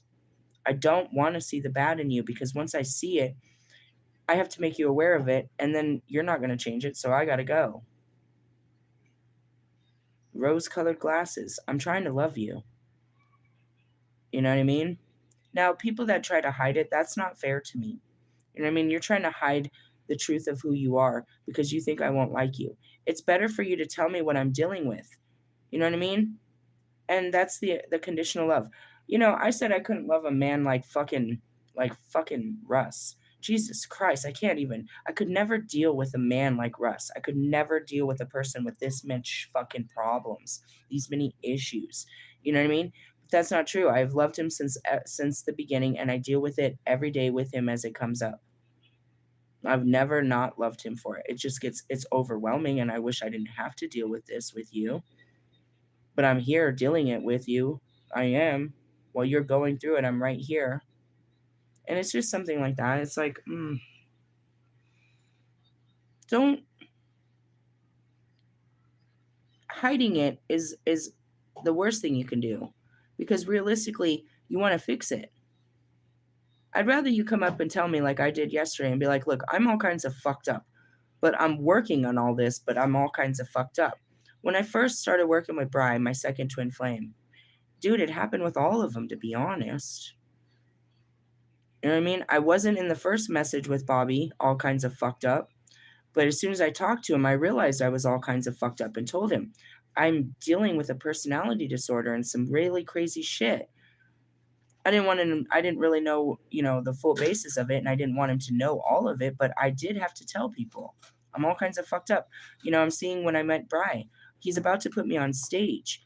You know what I mean? I'm going to pick up my tickets and all of this shit. And I feel like I got to tell him, bro, I'm all kinds of fucked up. I feel like I got to tell you this. He's like, yeah. He's like, well, because I'm afraid, that it'll come out later. It's like, don't be afraid. And you know what I mean? I tell people when I figured out I had a personality disorder, it's not that I was proud of it, but I came with a warning. Hey, I have a personality disorder, just so you know. I kind of, I'm shifty. It's not an excuse. Have some compassion, bro. I could go kind of crazy here. And that's it. I was like, I didn't want to, once I knew there was something to deal with, I made other people outside of me. And then when I swung on Tree, I know I told you the story, but that wasn't the end of us. When I swung on him, afterwards, after I came down and I calmed down, I sent him some messages. And I'm like, you can't fucking persecute me for being sick. You were right there. I've told you since the beginning that I was sick. You can't hate me for this. I told you that I was sick. You can't do this to me, dude. Because really, the whole time I was telling him the sickness, my parts, what I'm dealing with, each part of me that I'm dealing with, and how my parts keep coming out. Realistically, said something stupid to aim easy about let's make the video and I could be dancing on your, I could ride your lap or something. Just crazy shit. The Lilith would come out, whatever you want to call it, bro. It would come out and be like, oh my God. And I'd be fucking mortified. He knew. He knew. It was all good until it came out on him and he got scared and now he don't want to talk to me no more and tell everyone I'm crazy. That's not fair, bro. You knew I was crazy and then you saw it and now you want to tell everyone I'm crazy. I tried to tell everyone this was here and then it comes out and now you want to hurt me with it. I kept trying to protect myself. I kept trying to tell everyone in case it ever came out, in case they ever saw it. In case they ever saw it, bro. And then he saw it. And I'm like, you can't hate me for this. I told you this is what was wrong with me. Really? Yeah. I told everyone that I could just I had a personality disorder. I could just flip on you. Really? Yeah. And then later, you know what I mean? It's like, I'd rather you be honest with me. Tell me what I'm dealing with. Don't let me find out that, because you're hiding it, which means you're absolutely not dealing with it yourself. Be honest about what you're dealing with. That's why I fell in love with Russ. He came out and told the world he was all kinds of fucked up. He needed to quit his job. Well, little did I know I was about to get real fucked up myself, and God was going to take away my music career too. I did not know at that time. It hadn't happened yet. But I honored that he put his mental health above all things. Now look at him. He's not too mentally healthy. I always tell him, you need a new therapist, Ross. It's not working. Don't mask it, bro. You know what I mean? That's like hiding, that you have AIDS or herpes or something. Don't even fucking tell me from the beginnings. Give me a chance. Don't let me fall in love and then be forced into this decision where you have to take away my love or something. Let me you know what I mean? Realistically, who says, bro? Who says? Who says? Who says I can't love a man that has AIDS? Who says I can't give up my life for this man? It just means that I'll never have sex with another person ever again. That's all that means. It's the same kind of commitment as what a marriage should be, or like herpes. Something like that. You know what I mean?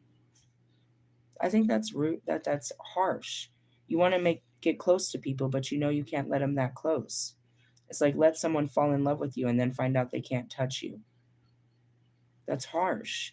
You're grooming them to be able to touch you, only to tell them they can't.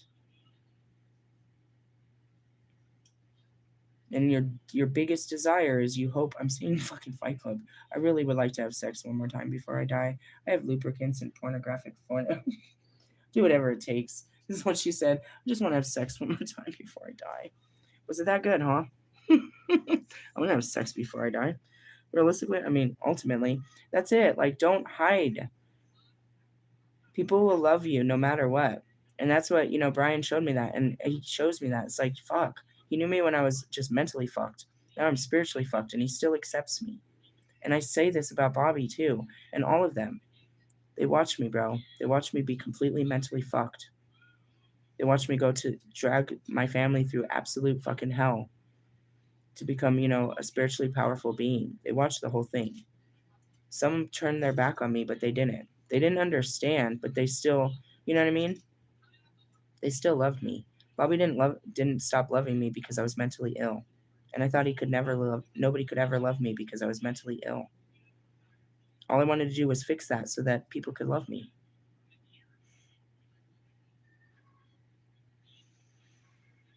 And just acknowledging it, people had love for me. So much that, they took the idea and made it albums and t-shirts and wrote songs and, you know what I mean? My sickness inspired them in ways that they'd never been inspired before. I'm hurt by it. It's like you took my tears and my pain and my suffering and you got rich off of it. You went on tours You made albums. You guys like made slogans and have t-shirts and are, are known for these memes and these fucking crazy words in your songs that are really from my story. How's that for amusement? Are you amused?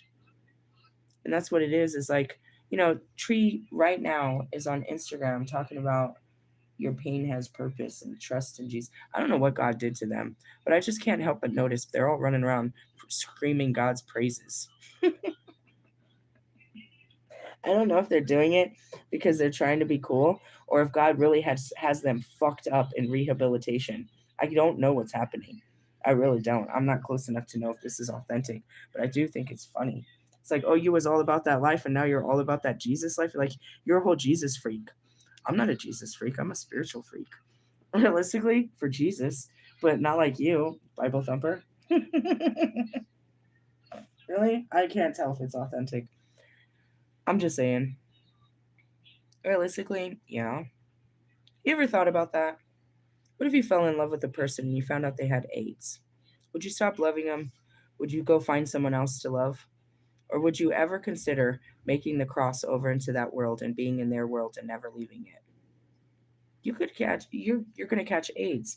Are you gonna die? Obviously there's some side effects to this. This is not gonna be good, but I'm willing to go down with you. That's ride or die, don't you think? People catch herpes because nobody told them. But it could be a choice. You know what I mean? It could be a choice. And you'd be surprised. Realistically, all I gotta do is take a pill every day and we can be happy together forever. All right. You'd be surprised. You think that you're untouchable and you're on this and that. As I started to dig out these horrifying sexual abuse stories, I saw myself as, mutilated. It's like, damn, nobody's going to want to touch you when you tell about all these stories of being raped and abused. So they're going to think of you as pastrami. Internally, that's not what's going on at all. But I can see how you see that. But then you think about grandma over there having sex with 2,000 people.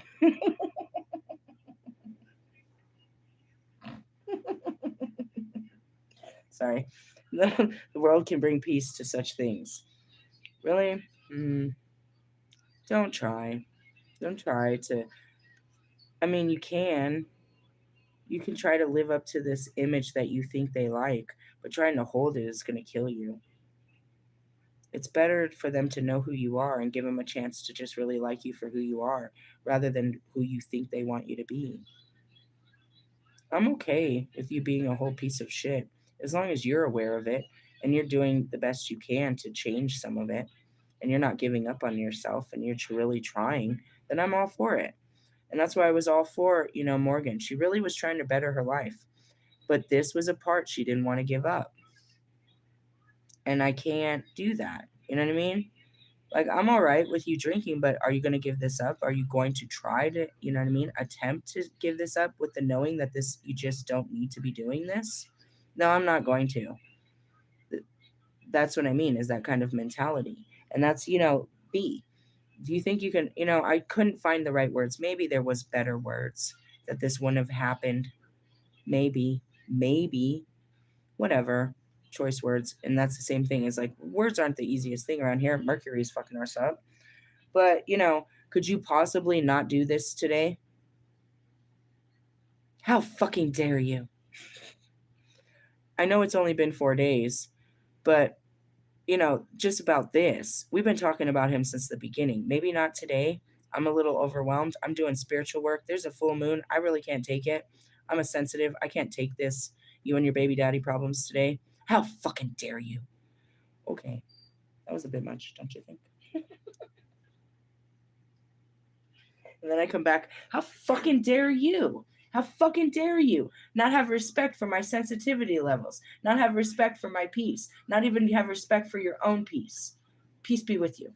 Realistically, I mean, it can get ugly around here. That's just it, guys. I think it's better to tell people what they're dealing with than to hide it and then have the shock of it. It's like, you didn't know they were doing drugs? No, they hid it the whole fucking time. Really? I feel stupid as fuck. Everybody else knows. That's the thing. You don't like to be left out. You don't like to be the last one to know. You don't like to be there with pie in your face. Oh, God, Russ, why did you hide your girlfriend? Were you not? proud of her. What the fuck was all that? You guys didn't want to because you had broke up and you got back together and you didn't know what people would think because you went back to the same old same hoe. I don't know why he did it, but it was so fucking embarrassing. It made me look stupid. And I'm looking at the Soul Tribe. Did you guys know he had a girlfriend? No. He hid this very well, along with his. And then it's like he thinks he's hiding his fucking childhood trauma. You're not hiding it. I just didn't see it. I never knew you, bro. It's on the surface. I question it since the day I met you. What's up with you and your mom? I'm the only one. Oh my God, somebody finally said it. I'm the only one that talked to Marshall like that. I'm the only one that does all this. You're mad about my words, but well. Invocation. I'm going to pray for us on page 40. Of our own free will, we now ask for spiritual intervention and divine protection through the guidance that loves us unconditionally. We now request the thorough and complete removal of any entity, thought form, belief system, cord, attachment, and conditioning from our bodies, minds, and souls that do not resonate with our pure frequency of unconditional love. We ask for this process to happen with divine mercy. Yeah, don't rip it out of us. Don't make this so painful. Wisdom and blessing. It can be painful when they start ripping all this shit that's unnecessary out. We call upon the inner power and strength to listen for our truth and stand in the light of those truths at the perfect time and in the perfect way, with the loving and empowering assistance of our spiritual team, through divine grace and our own inner spiritual authority, so be it. May all beings be blessed with divine love. May all beings be happy and free. Don't you want people to be happy? Fuck them. Who? Is it like everyone? Whose answer is that? Fuck them. Is it like a particular person you don't want to be happy? Why don't you want them to be happy? What would that hurt you? They don't deserve to be happy. What did they do to you? You're casting judgment. I really just want that. I just want Bobby to be happy. I just want Russ to be happy. I really just want Allie to be happy. I want Marshall to be happy. I want him to be free. I want them to smile. I want them to adventure. I want them to go out in the streets. I want them to have great foods and see great things. I want them to live the great life, maybe my life. I want them to live life. I just want them to be happy. I want Morgan to find a new life. I want B to find a new life. I want everyone's babies and children. I want people to be happy. How can I help this? One thought at a time, bro. You're going to have to work at it, but like, what does it take? All right, maybe I can't make you happy, but what does? What can we do to change that fucking look and energy on you? What can we do? It's not something, and that's what I realized. It's not something we can bring to you. It's not outside of you. The only way for you to be happy is to take off the feelings and the thoughts that are making you unhappy. You naturally are a happy person. It's just not there anymore. It's not lost. It's just hidden. It's a shadow part of you that hasn't come out to play in a long time. Marshall coming out and being social was beautiful. It's like, come out, come have a life. Please come out and play. Please do some things that make you happy. He likes football, so he came out and he went to football games. He likes things, so he started to do the things he likes. That made me happy. And it made the world happy. They were happy to see him doing stuff that made him happy. He had to fight his fears to go back out into that world that he feared, just like me. But they were happy to have him. And that's what it is. I was very afraid to go to the concert. I was very afraid to meet new people. I was very afraid of it. And they were happy to meet me. They were happy to have me. They were happy. And I was happy. And that's really what it is. It's like, you are a happy person. You just have to tap back into it and take off all the things that are not making you happy. Really? It's inside of you. And that's what it is. It's like, I'm pretty much a happy person. People see me like, I just sit in my car dancing, giggling, laughing, sometimes crying if I'm processing stuff. I'm a happy person. I smile, I wave. I don't walk around pissed off. If I do, I get a wild hair up my ass and I take my ass to the fucking altar and bitch about it. I'm not really a sad person. I'm not an anxious person. You know what I mean? I'm not any of that. I'm pretty happy. I'm chill. And that's because all the things that made me unhappy, anxious, worried, stressed, insecure, fucking, you know what I mean, fearful. I work through that. And as they come in and things don't, I have an unhappy thought. I deal with that. An unhappy feeling, an unhappy memory. I work on it. It doesn't mean I turn it into happiness, but I bring peace to it. So, I bring peace to the unhappy things that have happened or that I feel.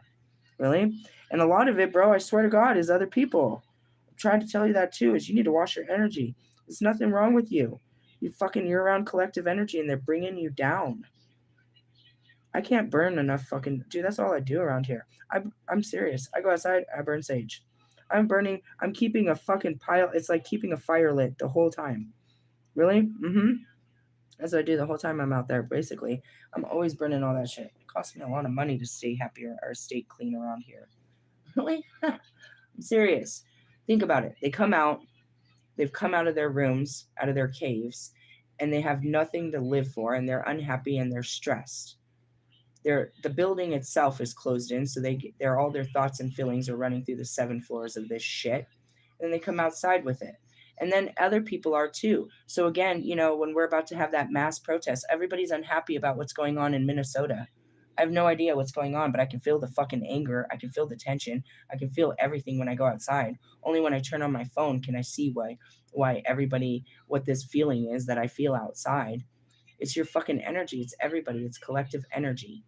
It's a crowd. Go to a crowded area and you can sense the different levels of energy. There's different layers to this shit. Really? Yeah. And you yourself give off an energy. Well, this is a good one. Unplug. And temperance, that goes back to, another set card of Sagittarius. Balance. It's all about moderation, not being extreme. It's hard to do that. Negotiate is one of the words that I get. God's always trying to get me to compromise, stuff like that. That's what that means. Is, you know what I mean? Balancing. It's the same as the chariot. So I'm not surprised. We'll leave that there. I'm gonna take a break, have a meal, check in with the kiddos and stuff. Fears and all of that and anxieties and stuff. It's real.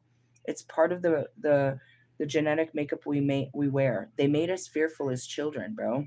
We were fearless, and then they said, "Don't do that," or something's gonna get you, or something bad, or something bad, or something bad, and something bad, and something bad, and that's all it is. So everything's bad. We fear all kinds of things. Really? How many of you fear, you know, fucking spiders? Why are you afraid of them? Because somebody else showed you that they were afraid of them? If you would have had a parent that showed you that spiders are cool and grabbed the spider, then you yourself wouldn't be afraid of spiders. They would have shown you to get away from that fear. Your fears are from them. Stupid shit like that. So are your hates, so are your likes, so are your dislikes. You eat what your fucking parents fed you, and you like it. And you don't like foods that they don't have in your house. And you go to a restaurant because they don't have the food that you like. You don't even know if you like it. You haven't tried anything else. Really? Yeah. Um, that was a really good card. It's real. You can trust God. You can trust God in such ways, and that's what Jesus tried to show. Jesus had all those people, bro, and he had no idea how to, you know what I mean? That was the magic. There was a lot of magic. He's like, don't worry, God will provide for us. That's what he said in all of that book. God will provide. He's the provider. You consider yourself the provider, so it ends with you. Have you ever asked God to provide for you? No, I pray to him all the time. He doesn't answer. You're not patient and you're not listening. Don't blame him. Don't say he doesn't work. You don't work. Don't say God doesn't work. You don't work. That's the truth. It works. Spirituality and science try to call it manifestations of the mind. It's God. You can't do any of this without God. It's not real. You can't just think up great things. He gives you great thoughts, and then you believe in them and they manifest, is how it works. The evolution of man comes from thought. Where did fire, the wheel, everything. It was just a great idea. Everyone has great ideas. It's the ones that take the action that we have a reality to live off of. I thought about that one time. Yeah, but you didn't do shit about it. Now they're a millionaire. You didn't do the work. It's called divine creativity and inspiration. We are the creators. He gives us the tools to create the world for us, not everybody else. Don't go running around trying to build other people's homes, tell them how to live. He tells you how to live your life according to the purpose he has on your life. Really? That's what it means to be a creator, is to create off of nothing more than the thoughts that are given to you. You guys are imagining what you want your life to be like instead of walking in the vision that's already there. And I showed you what that looked like. Again, you want me to tell you the story? I'll tell you one more time. I had signed up for housing, but I could not see what this house would look like. What would it look like to live in this housing? I still was collecting furniture. I was still planning on it, but I couldn't see it. So then I tried to drive over to the apartments to try to, put that image in my head, because all I need is the idea and I can create off of it. Couldn't do it.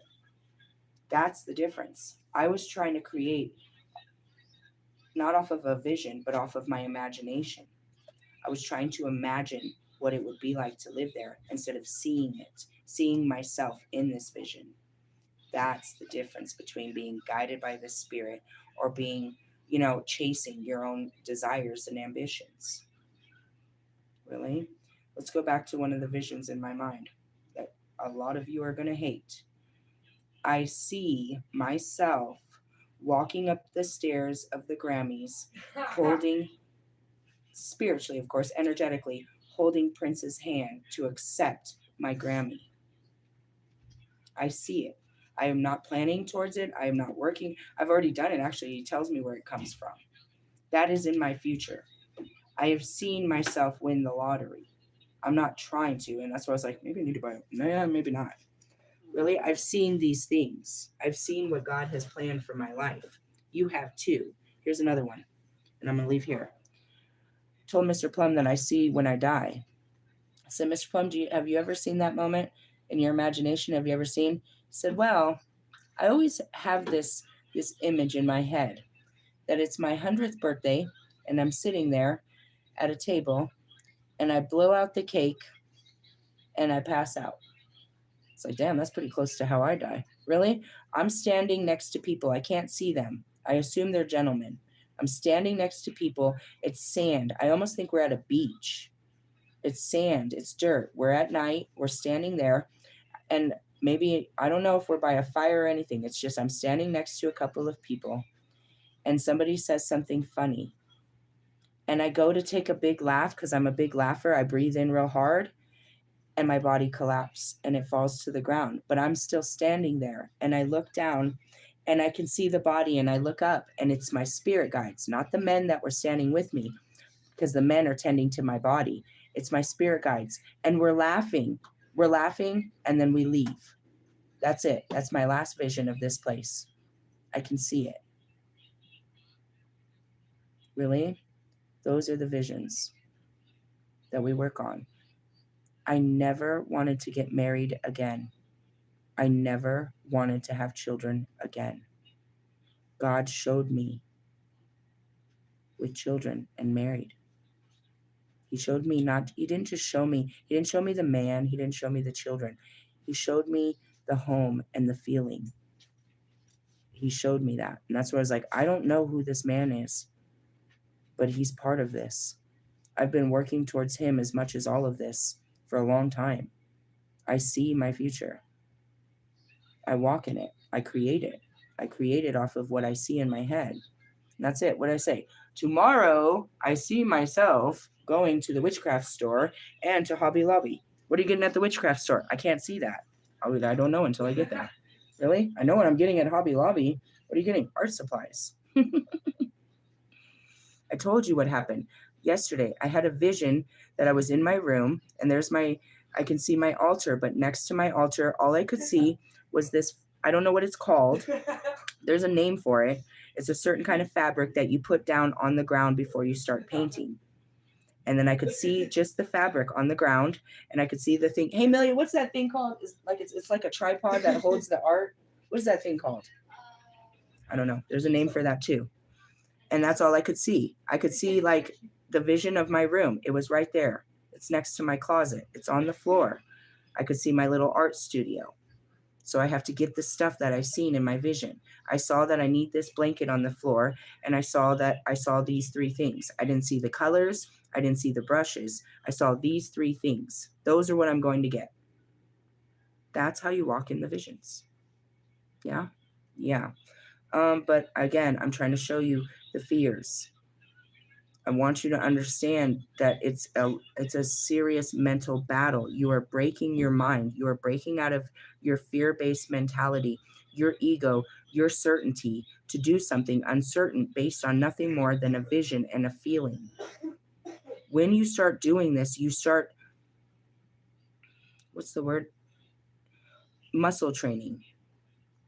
Because now you're going to start getting stronger at that. The more you do that, you'll be like me, where you can see everything like me. You know what these visions are. Now you're again a psychic, or whatever you call me, a medium, where I can get all of these downloads and visions, not about my life but all of them, because I believe in the visions. So now they give me the visions and I walk in it. So it's stuff like that. So you start to these connections within yourself. Your spirit starts to get stronger. And that's where it is. My mind has seen, I've trained my mind enough to see God that it trusts God. Every time something happened that I didn't do, I said, you see, God got us. You see, God took care of us. You see, God took care of us. So when my mind is scared, I say, remember, God takes care of us. Remember all those times that we didn't know what was going to happen. We got this. And then my mind's like, and it remembers all the wonderful things that God did. It's like, you're right. I wonder what he's going to do this time. And that's optimism. And that gives God a chance to come in. Your thoughts aren't letting him in. Your thoughts won't let him work. Your thoughts don't believe in him. And that's where I said, you could see an alien, bro, right in front of your face. But your brain will tell you it's not real. And you won't tell anyone what you saw, and you will hide this forever because you don't go crazy. But you are literally one of the first people that they came and talked to. You're not crazy. You're special. How many people have had a connection with an alien being but will not tell anyone? How many people can do what I do and speak to the dead but will not tell anyone? How many people get downloads and hear the voices but will not tell anyone? You're not cursed, condemned, or a freak.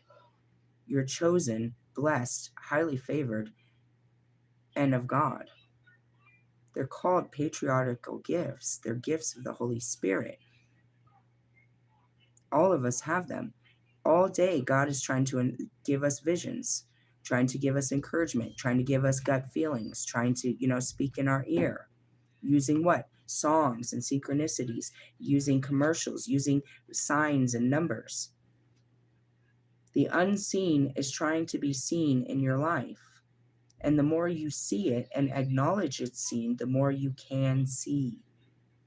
But in essence, this is out of your mind. You're going to lose your mind to inherit your spirit. Not completely like me, where you're going to have multiple personality disorders, unless you were already diagnosed with some weird shit. But you're going to fix that. You're going to get through that first, and you're going to exit the mind completely, and you're going to be outside of the mind retraining it. You're not going to be stuck in it, and every thought and every feeling that comes over you. You're going to be able to be outside of it and start taking control. But in the beginning, you're stuck in it, and you have to do these fights in the mind and cryingly force yourself through difficult times. You have to do that breakup. You know what I mean? You have to walk away. You got to quit that job. Dude, I've cried so many times about quitting a job. That's so hard for me. It's really hard for me to quit a job. I have a weakness to that shit. Most people, and that's what it is. That first day I was sitting there crying, and I saw, what was her name? I don't know, Tamisha. She's like, oh, girl, I quit jobs all the fucking time. And I started laughing. She made me feel better. So fuck that job. I was like, I was just beat up. It's like, dude, this hurt my pride. This hurt everything. All I had was that job, and I gave up that job. Now I have nothing. It's like, fuck that job. Realistically, stuff like that.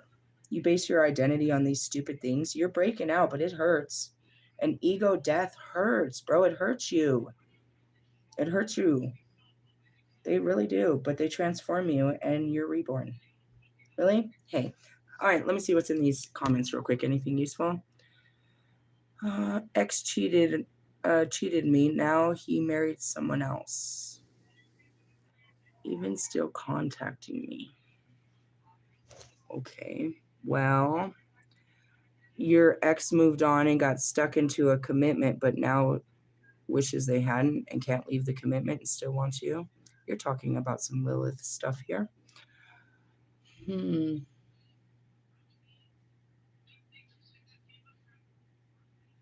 That's a good one. What are you supposed to do? It's nothing you have to do. You already know your worth. They have to know your worth and they have to make the sacrifice. They sacrificed you for something they thought was worth more. So now they're going to have to sacrifice that for something they thought was worth more.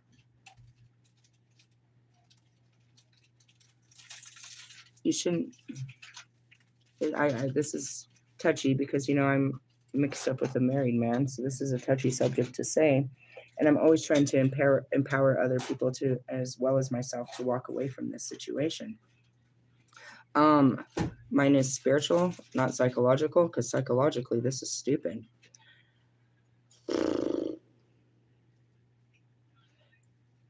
The power control trip about it is you have something the new person doesn't, and that's what keeps bringing them back.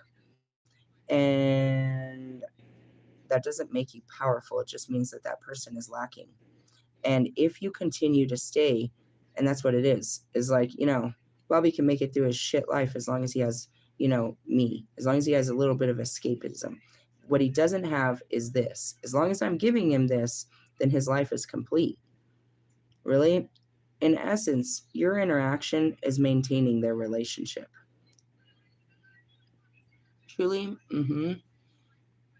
All that they don't get from that person, whoever they married, whatever they're not getting from them, they can't get from them, so they come to get it from you. If you're still available, there's no reason to leave that person. Now they can have that person and you. They can have everything. It might take 2 people or 3 or 4, whatever their case may be, but they're getting their needs filled instead of just one person. Now, they're not going to be with you because why? Because there was some area you were lacking. And it has nothing to do with you lacking. It's them being needy in so many different areas. This person clearly does something that you don't do for them. But the truth is, you do something for that person that they can't do either. How's that look? Well, Bobby's wife gives him a secure, she's a secure house bitch that he doesn't have to worry about in the streets and he doesn't have to worry about shit. And that's what he gets. But he doesn't get adventure. He doesn't get excitement. He doesn't get passion. He wants predictability and stability, which he gets from her. But that's not all he wants. He does want, spontaneity, passion, excitement, and adventure.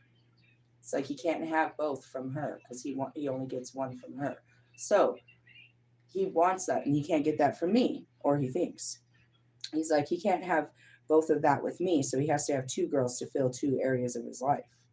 Really? She's not spontaneous. She's not adventurous. She's probably not creative. She probably isn't any of the shit that I am. And that's what it is if she was, why would he want 2 of the same thing? I'm everything she isn't. Really? But in essence, there's something that I'm not that he keeps holding on to her. There's something that I lack that he still needs her. That's what I'm trying to say. So if I take myself away, he still lacks that. What will it make him do? I don't know, find it in another person or get out of his situation so he can actually experience it. Acknowledge that this is something he wants. He wants passion and excitement and creativity and adventure and enthusiasm and all the shit that I offer.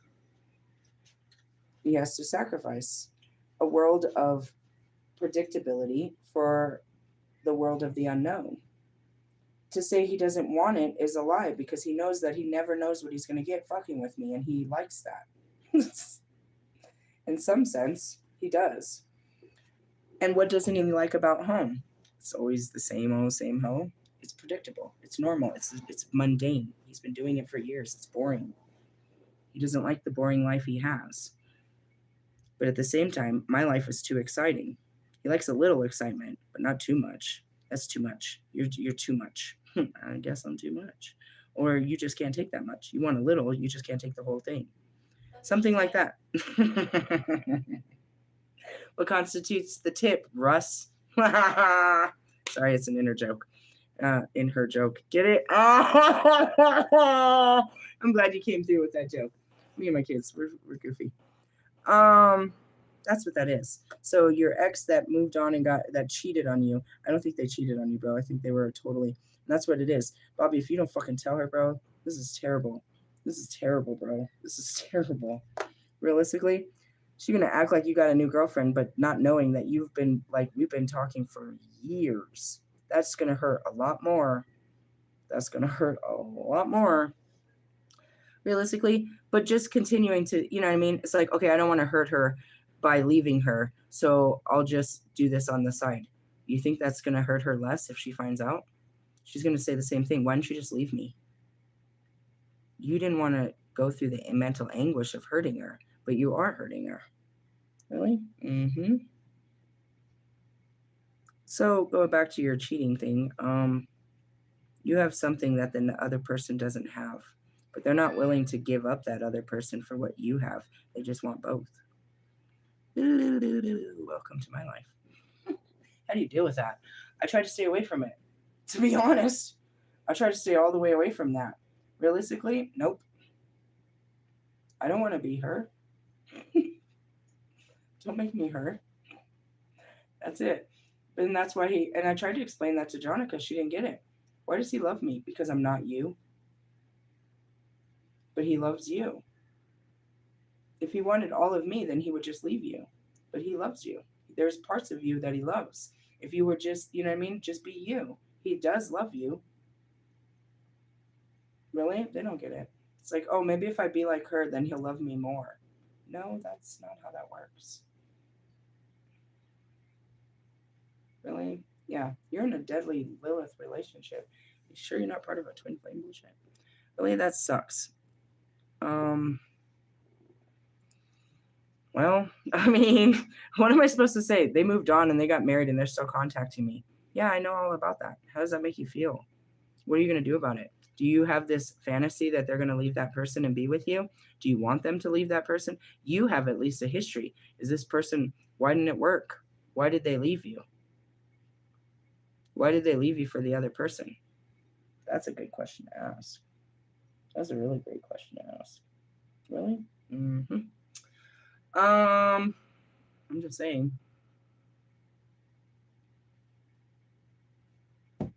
I thought it was sex. I thought it was just basic sex. I really did. I was like, that's all? That's all you're doing? You're doing all this for an orgasm? You could get that anywhere, you know?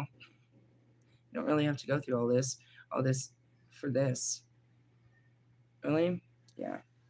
Shadows, I don't know. Good luck. I have my own fucking problems on that one. I really can't help you. When I figure it out, if I ever figure this out, I'll be sure to write a book and tell you how it worked out. It's not working out for me, though. Not working out for me at all. I'm not trying to be, though. I'm definitely not trying to. I don't know, bro. The very thought of it, it's like in the beginning, did you really want him to leave? In my heart, but not in my flesh? I didn't. I didn't want it at all. I didn't want to destroy any of this. I didn't want to be part of it. But in my heart, I did. I did want him to leave her for me. Not because I was better, but because I just wanted to be with him. I didn't say I was, well, I mean, I believe I am. I didn't want to. It wasn't like I'm going to make him leave his wife. I didn't want that. I just didn't know how I could have him without him doing that. Without, you know what I mean? How can we be together without this being a mortal fucking sin? Without us hurting everyone, where we could do this in the daylight, where it's not a shameful act. Why does this have to be so shameful? It's not about sex, but just in general, I can't be around him without it being a shameful act, a sin. he'd like to do fucking, you know what I mean? Stupid shit with me that I do. He'd like to do some of the shit that I do and go with me on some of that shit, but we can't because of his situation. It's like, I don't mean to hurt anybody. I'm not trying to hurt somebody by loving somebody, but that's what I'm stuck in. By loving you, this is going to hurt someone else. And that's what I said. Well, what's the consequence, bro? What if she found out? What if you told her that there is a woman that's madly in love with you and wants to love you? What is she going to do? She's going to go ballistic because there's a woman in love? You didn't say lust, and I can prove it. This isn't what that this is love. She's going to go crazy and take my kids away because a woman loves me. And I mean, what would she do? You guys are always trying to hide that girl that's trying to get at you. You're like, no, it's my friend and this and that. But what would you do if you told the truth? Or if you're like, dude, she's on my dick like every day. She wants it. Do you want to give it to her? I'm thinking about it. You know what I mean? Like something like, what if you had a real ass fucking conversation with this person? It's supposed to be your best friend. It's supposed to be someone that you can open up to. And just like that, it's like if the distance is on one side, the distance is on the other side. Unless she's like totally, I don't know. I don't want to get into the fact that she's probably cheating on you too. And that you guys are living a fake ass, false ass marriage.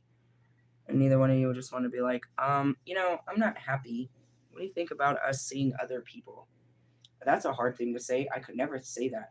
People do it. Somehow that conversation is made before a divorce happens. I didn't have the conversation because he was already gone and I just filed for divorce. There was no conversation to be had. Well, until he called with the papers. How could you do this? What the fuck are you talking about, bro? You're not even a husband. You're gonna divorce. What the fuck are you talking about? Realistically, who paid for the wedding, loser? I'm paying for the divorce. I'm paying for this, dude. You didn't even pay child support. Get the fuck on. Jesus. Like you were gonna be any good at it. Your dad married a 15-year-old, and your mom's been married 4 times. You wonder why I flipped out when I found, dude. It was really too much, dude. I think he was 28, 29, and I got calls that he was in bed with a 15-year-old in fucking Oklahoma. I got to meet her father. We became friends. He was gonna come visit me in Denver because he used to come up to Denver to meet to pick up his other daughter.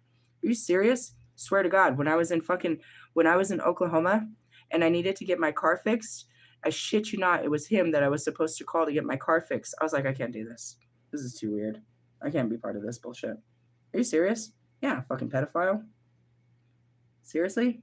I had concerns, bro. My teenage daughter was getting older, and I knew he had tendencies, bro. Really? It's not something that I'm comfortable about, but I'm serious, bro. I was very concerned about that shit. Mary was becoming, you know what I mean, in her teen years, about to be, in her 20s. Girls gone wild. And I got a dirty guy that's I know is sleeping with teenage girls. This was not cool, bro. This was not cool. Then you go back to their incest in their family, and I'm like, I'm worried for my own children, his own children. I got a lot to worry about them. They have some very sick sexual deviances. Are you serious? I fucking swear. And they thought I was gonna keep their secrets. They thought I was going to keep this in and not tell nobody, and everything could be cool and we could just act like a happy family. Like your sister isn't outside listening to us have sex. Like she's not picturing you and she's not watching incest porn. Like none of this is happening, right? We're not going to act like this is happening. We're not acting like your sister is literally lusting you while I'm fucking you. This is sick shit. And your mom's acting like everything's cool and you guys are just acting like the fucking Partridge Family. I don't want my children here. I don't want to be part of this. And that's what started it. He had to choose between his mom and his sister, his abusers, and his wife and his children. But they had money. They materialized him, dude. He's poor with me, and he can't get a job, and we don't have shit. But if he leaves me, they're going to get him all new Nikes. They're going to get him a new outfit. They're going to move him in. They're going to buy him a car, everything. Why? I don't know, bro. It's a sick thing. They'll pay him not to be with me. They'll pay and that's it. They got to keep him in the sickness, bro. They have this weird sickness, the three of them. Their husbands the outsiders can't get in. There's a sickness in those three. The mother, the child, and the fucking son. They're sick. all three of them, and they depend on it.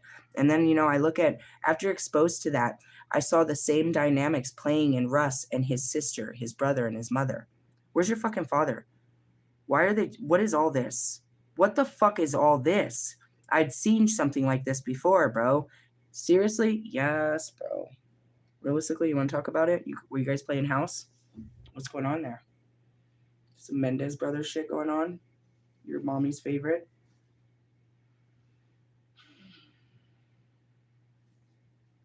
How dare you? I mean, maybe it's not happened to Russ, but you think it's not happening in other houses? I don't know, bro. Really? Yeah. We started with the cheating and shit like that, and marriages and all that. I mean, fuck. Relationships, you outgrow them. Let's just fucking leave it at that. And some of them were never meant to be nothing more than, an exciting adventure. It was not something you were going to build a family or a future off of. I tried to show that to B with her fucking pilled out fucking baby daddy. How the fuck did you see him as, you know what I mean? How do you, and that's what it is. I'm gonna be honest. This is really mean. But until Morgan gave her an application to that apartment, she has done nothing about her situation. She sat in a shelter for 18 months before she came to this one. She's been at this one for a year. When I met her, she says she goes to school and she tells me how easy it is, and she does it all with online AI GT, and that's how she got Morgan. And she has, you know what I mean? She's, winging her way to get a certificate in drug counseling with a drug addict husband, and she hangs out with drug addicts, and she's a former drug addict. How's that work? She didn't put it, she hasn't done, and that goes back to Diana and Jude. But none of them are searching for housing, searching for jobs, doing anything. Morgan was busting her ass to get out of here. They're not doing shit. They're waiting for someone to either kick them out or walk them out. They talk about the caseworkers don't do shit. They want the caseworkers to find them a house, find them a job, do all of this work, everything. They sit here all day. This place provides diapers. So they go here for their diapers. They get their 3 meals a day. They get their their clean linens and shit. I tell you for certainty, dude, I've never seen, in the whole time I've been here, almost a year now, I've never seen Diana, and now thinking about it, Jude, because they don't have cars. They only have these strollers. I've never seen either of these women take a bag of laundry out of this fucking building. We're not allowed to use, we don't wash here. I've never seen them do no shit like that. Diana's room is on the 5th floor. And when she opens that door, the fucking smell that comes, it's right in front of the elevators. You can literally smell the smell of her room outside of it. It smells like vomit outside of it, and while you're standing there waiting for an elevator. And while you're there, you hear this great ambiance of her kids screaming bloody murder. What are they screaming? I don't know. They do it outside too. They're autistic. They're both very, very spectrum. They never leave the fucking stroller. You will never see these kids ever outside of this stroller. How old are they? I don't know. 4 and 6, maybe 5 and 8. They never leave the stroller. Most of the time they don't have shoes. She just pushes, they don't have a life. Those are just the girls that have come into my vicinity. And you had the nerve to tell me, good luck with your life? Good luck with yours, bro. You have no inspiration to do shit about your circumstance. You're waiting for someone to save you. I busted my ass with 2 kids, both times as a teenager and as an adult, with no fucking man, nobody, crying, working 2 jobs, any job I could to put a roof over my head. I'm not saying I'm better than you, because that's what got me in this mess. But your kids deserve better than you. They deserve a chance, even though you won't take one. And poor Bobby, you know, he says he does that because his kids are happy. Bobby, I swear to God, your kids can be happy without you suffering. They can be happy in a different home. They can be happy in a different situation. As long as they have you, they're happy. It's not the house, it's their dad and their mom. And she will always be the stepmom, bro. Quit playing around. They're happy to be with you. If God came and took your house and took all this, they're still going to be happy because of you, not because of what you provide. They're happy because of you. They're most happy when you're at home, whether you know it or not. They just want you. Really? Yeah. That's what I told Morgan, bro. You don't have babysitter, your bills are paid, you've got the lavish life. Just sit there and be a good mom. Spend time with your daughter, get to know her, paint her toenails, watch shows with her, teach her how to cook, just spend all your time with the only person that you have in your life. Give her all your time. You have no reason to not give her your time. Instead, what's she want to do? She wants to get bored and get high, go over to people's house and do drugs. She wants to be in the house high on meth and letting her kid run around. And she's not paying attention to her and she's not nothing. And she's just doing what? Tasks. Her house was covered in laundry. She's some weird person that doesn't dry her clothes. So her house was covered in wet clothes and weird pictures that she had been drawing and just shit. She had half her fucking nails done. She had fucking eyelashes and she'd done little cute things with her hair. Meanwhile, her daughter has a fucking filthy diaper on that's down to her fucking ankles. She's not wearing clothes. You can't brush her hair. And who knows when the last time she had a meal. You're not mentally here, bro. And you're doing it on purpose with meth. You don't want to be mentally present with your child, and there's nothing else going on but you and her in this building, day after day after day after day. The same thing goes to these women. There's nothing in these rooms, bro. We don't have, I mean, you can hook them up if you can. There's Wi-Fi. They're sitting in their rooms doing what? All day long. And their kids are too. Only when I started talking shit to tell these bitches to get off the porch did they start taking them to places like parks and shit. I would watch them. They'd sit outside like I do. That's no place for a child. I won't be able to do this when I'm a mother, when I have a small child. I can do it now because my teenagers, and even then, they would sit them out there all summer and chain smoke and drink and do drugs. And the kids would never leave the fucking porch. Again, Jude's kids have never been out of that fucking carriage. Neither has fucking, I swear to fucking God, neither has fucking Diana's. They'll occasionally take them to a park, which you can see from here. Why sit here when you could go there and have a cigarette? It's not like you're fat.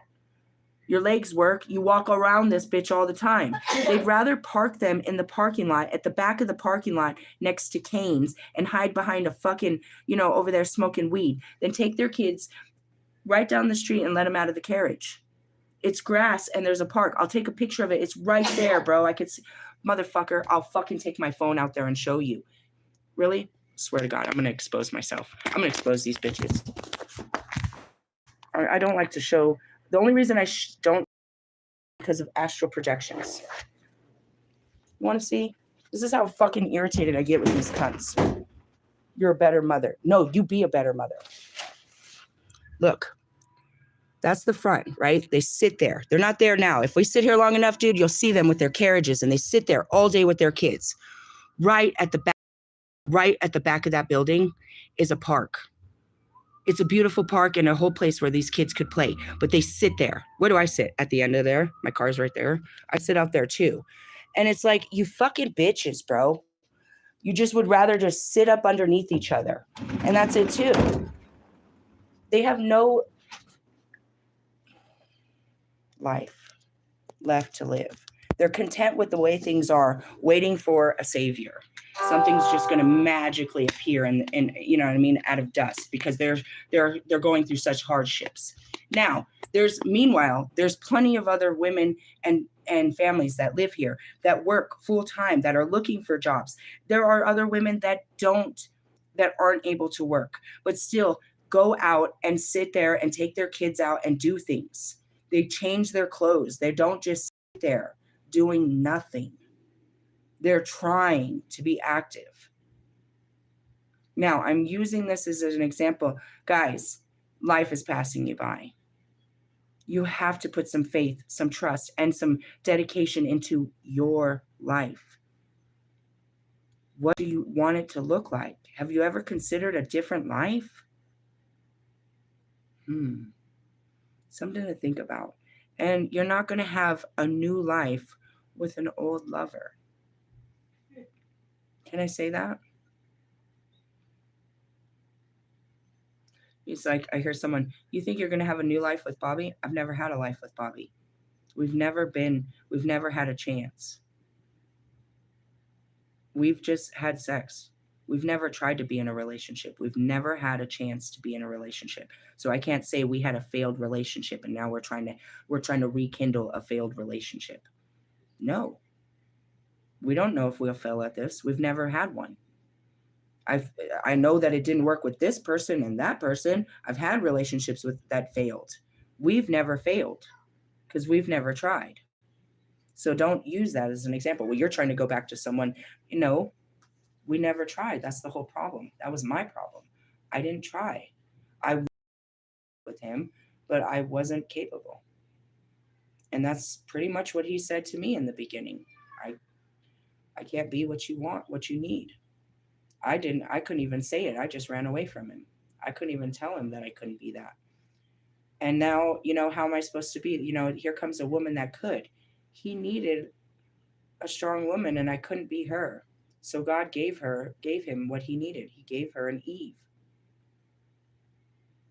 Doesn't mean that he doesn't love the life of a Lilith, but he gave her an Eve. He needed a strong, stable stepmother. That's not where I was when I met him. I was a fucked up fucking mother. I wasn't a fucked up mother. I was just all fucked up.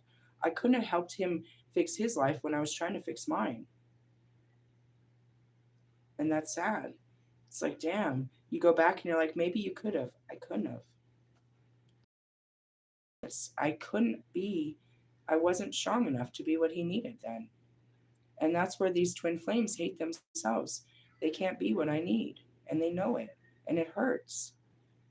Why can't I just be the man that she needs? Same thing with you, Russ. I can't be that, bro. I could never be Jonica. It would kill me. I can't be, believe it or not, it takes a strong woman to deal with your weak ass. I'm not that strong. I'll fucking I'm not that strong. I wasn't. But now I'm getting strong enough where I can deal with things that I couldn't before. I wasn't strong enough mentally to deal with this type of shit. I wasn't emotionally strong enough to deal with this type of shit. And that's just avoiding drama. I don't have the capacity to deal with it. Now I can. I can deal with chaos. I can work through this. There's nothing I can't deal with. And that goes back to it. It's like, hiding your illnesses isn't healthy. That's not the way to a healthy relationship. Hiding your family. Here's another one. You don't want your lovers to know how fucked up your family is. Yeah, I did that too. Let me tell you about my fucked up family. Really, you're just trying to hide things so that they'll like you, but they're not getting a real taste of you because you're not showing them any part of you. You're showing them what you think they like, but that's not you. Watch out for that. And that's what happened with show me that he was more than what I accused him of. And by showing me, he just kept showing me. I started to not like who he was becoming. He was trying to show me he was becoming a better man, but I thought he was a good man before he started showing off like this.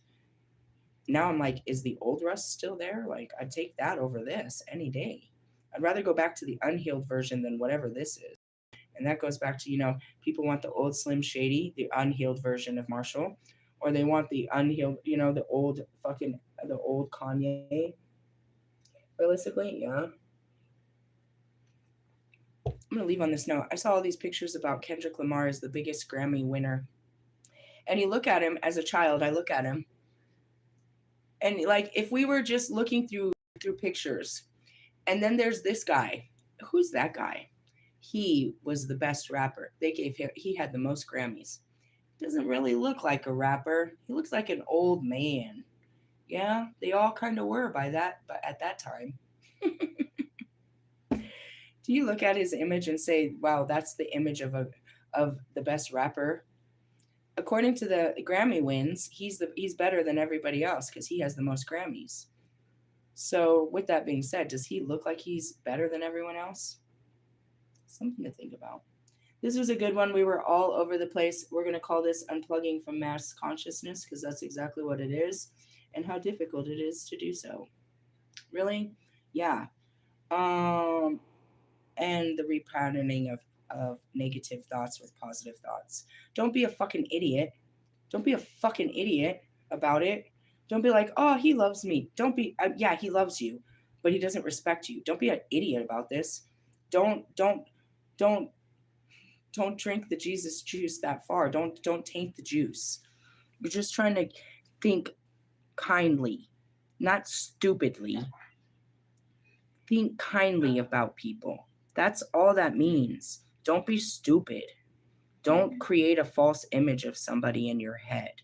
Just think kinder thoughts about people that you're not kind to. That's what that means as far as changing that. You know what I mean? And that's it too, is be kinder to yourself when you're judging yourself. You know what I mean? I have fat thighs. Well, they're not that bad. And people really like thick thighs and they look good in a pair of jeans. Don't they look good in a pair, just that kind of shit. Don't be making up falsities about, this person is, that just got out of jail and is, in rehab and shit is a totally changed, rehabilitated. He's going to be, oh my God, dude. Oh my God. Oh my God. I just got an image. What'd you see? My sister. How's that marriage working out for you, Sophia?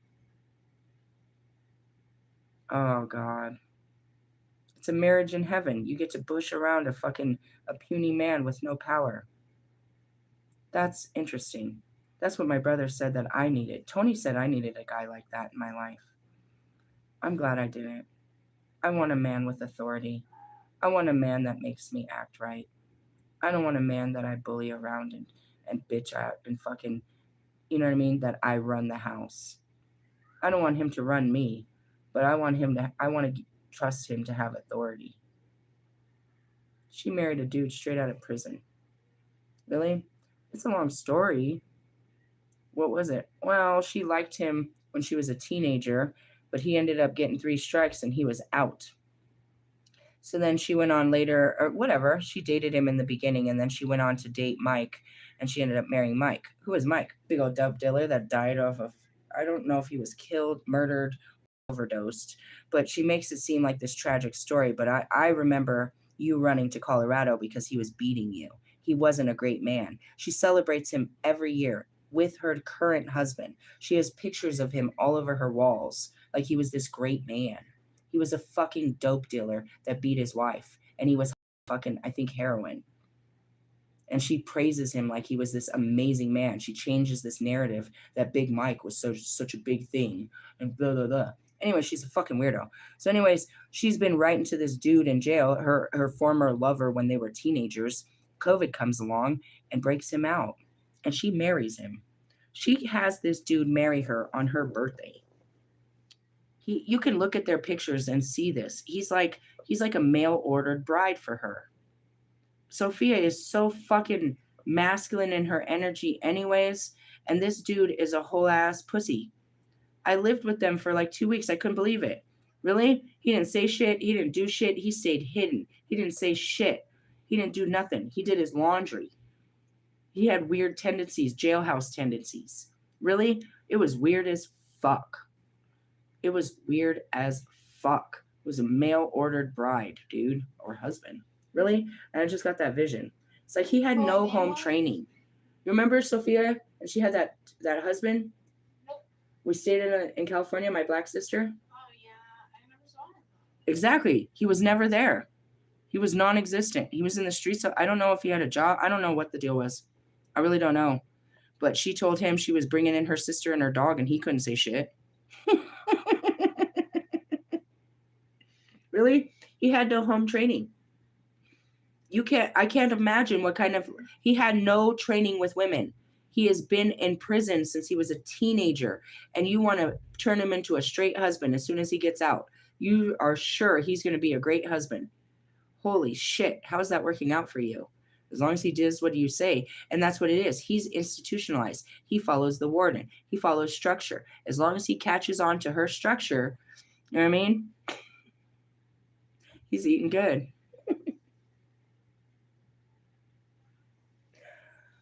Whoa. Wow. Okay. And then my other sister got a man too. I'm very curious. How's this one work out? How's this guy? They're gonna be the same way. Lisa got a man. I can't wait to see this. We don't fuck around. Really? No, we don't really. We're just too independent and dominant. So the thought of us with a man is like, well, he must be a weenie of a man, shouldn't he though? No, I'm not taking weenie men anymore. I already had 2 little weenies. You know what sucks about me? My exes, oh God, my family loves my exes. I divorced them, but they didn't. I swear to God. I swear to God. Fucking Tony be like, I saw your baby daddy. Which one? Both of them. Get off of their page. Stop talking to them. Devani, oh God, dude, she's invited to every family function. Every time the family goes to San Diego, they go see his ass. I love Devani. I love him. I love him. You obviously loved him more than I ever would. He's like Facebook friends with all my family and shit. I'm so serious. Even the ones out here. I'm so serious, bro. I feel like my dad's his friend. I don't like either of you. Maybe it's not you, it's me, right? Pretty much. My family doesn't like me, but they like you. And I don't like my family or you. It was never me. You guys should get married. You want to fuck him? Funny. Hey, move on. Love yous, laters, pull out of consciousness. Bye bye.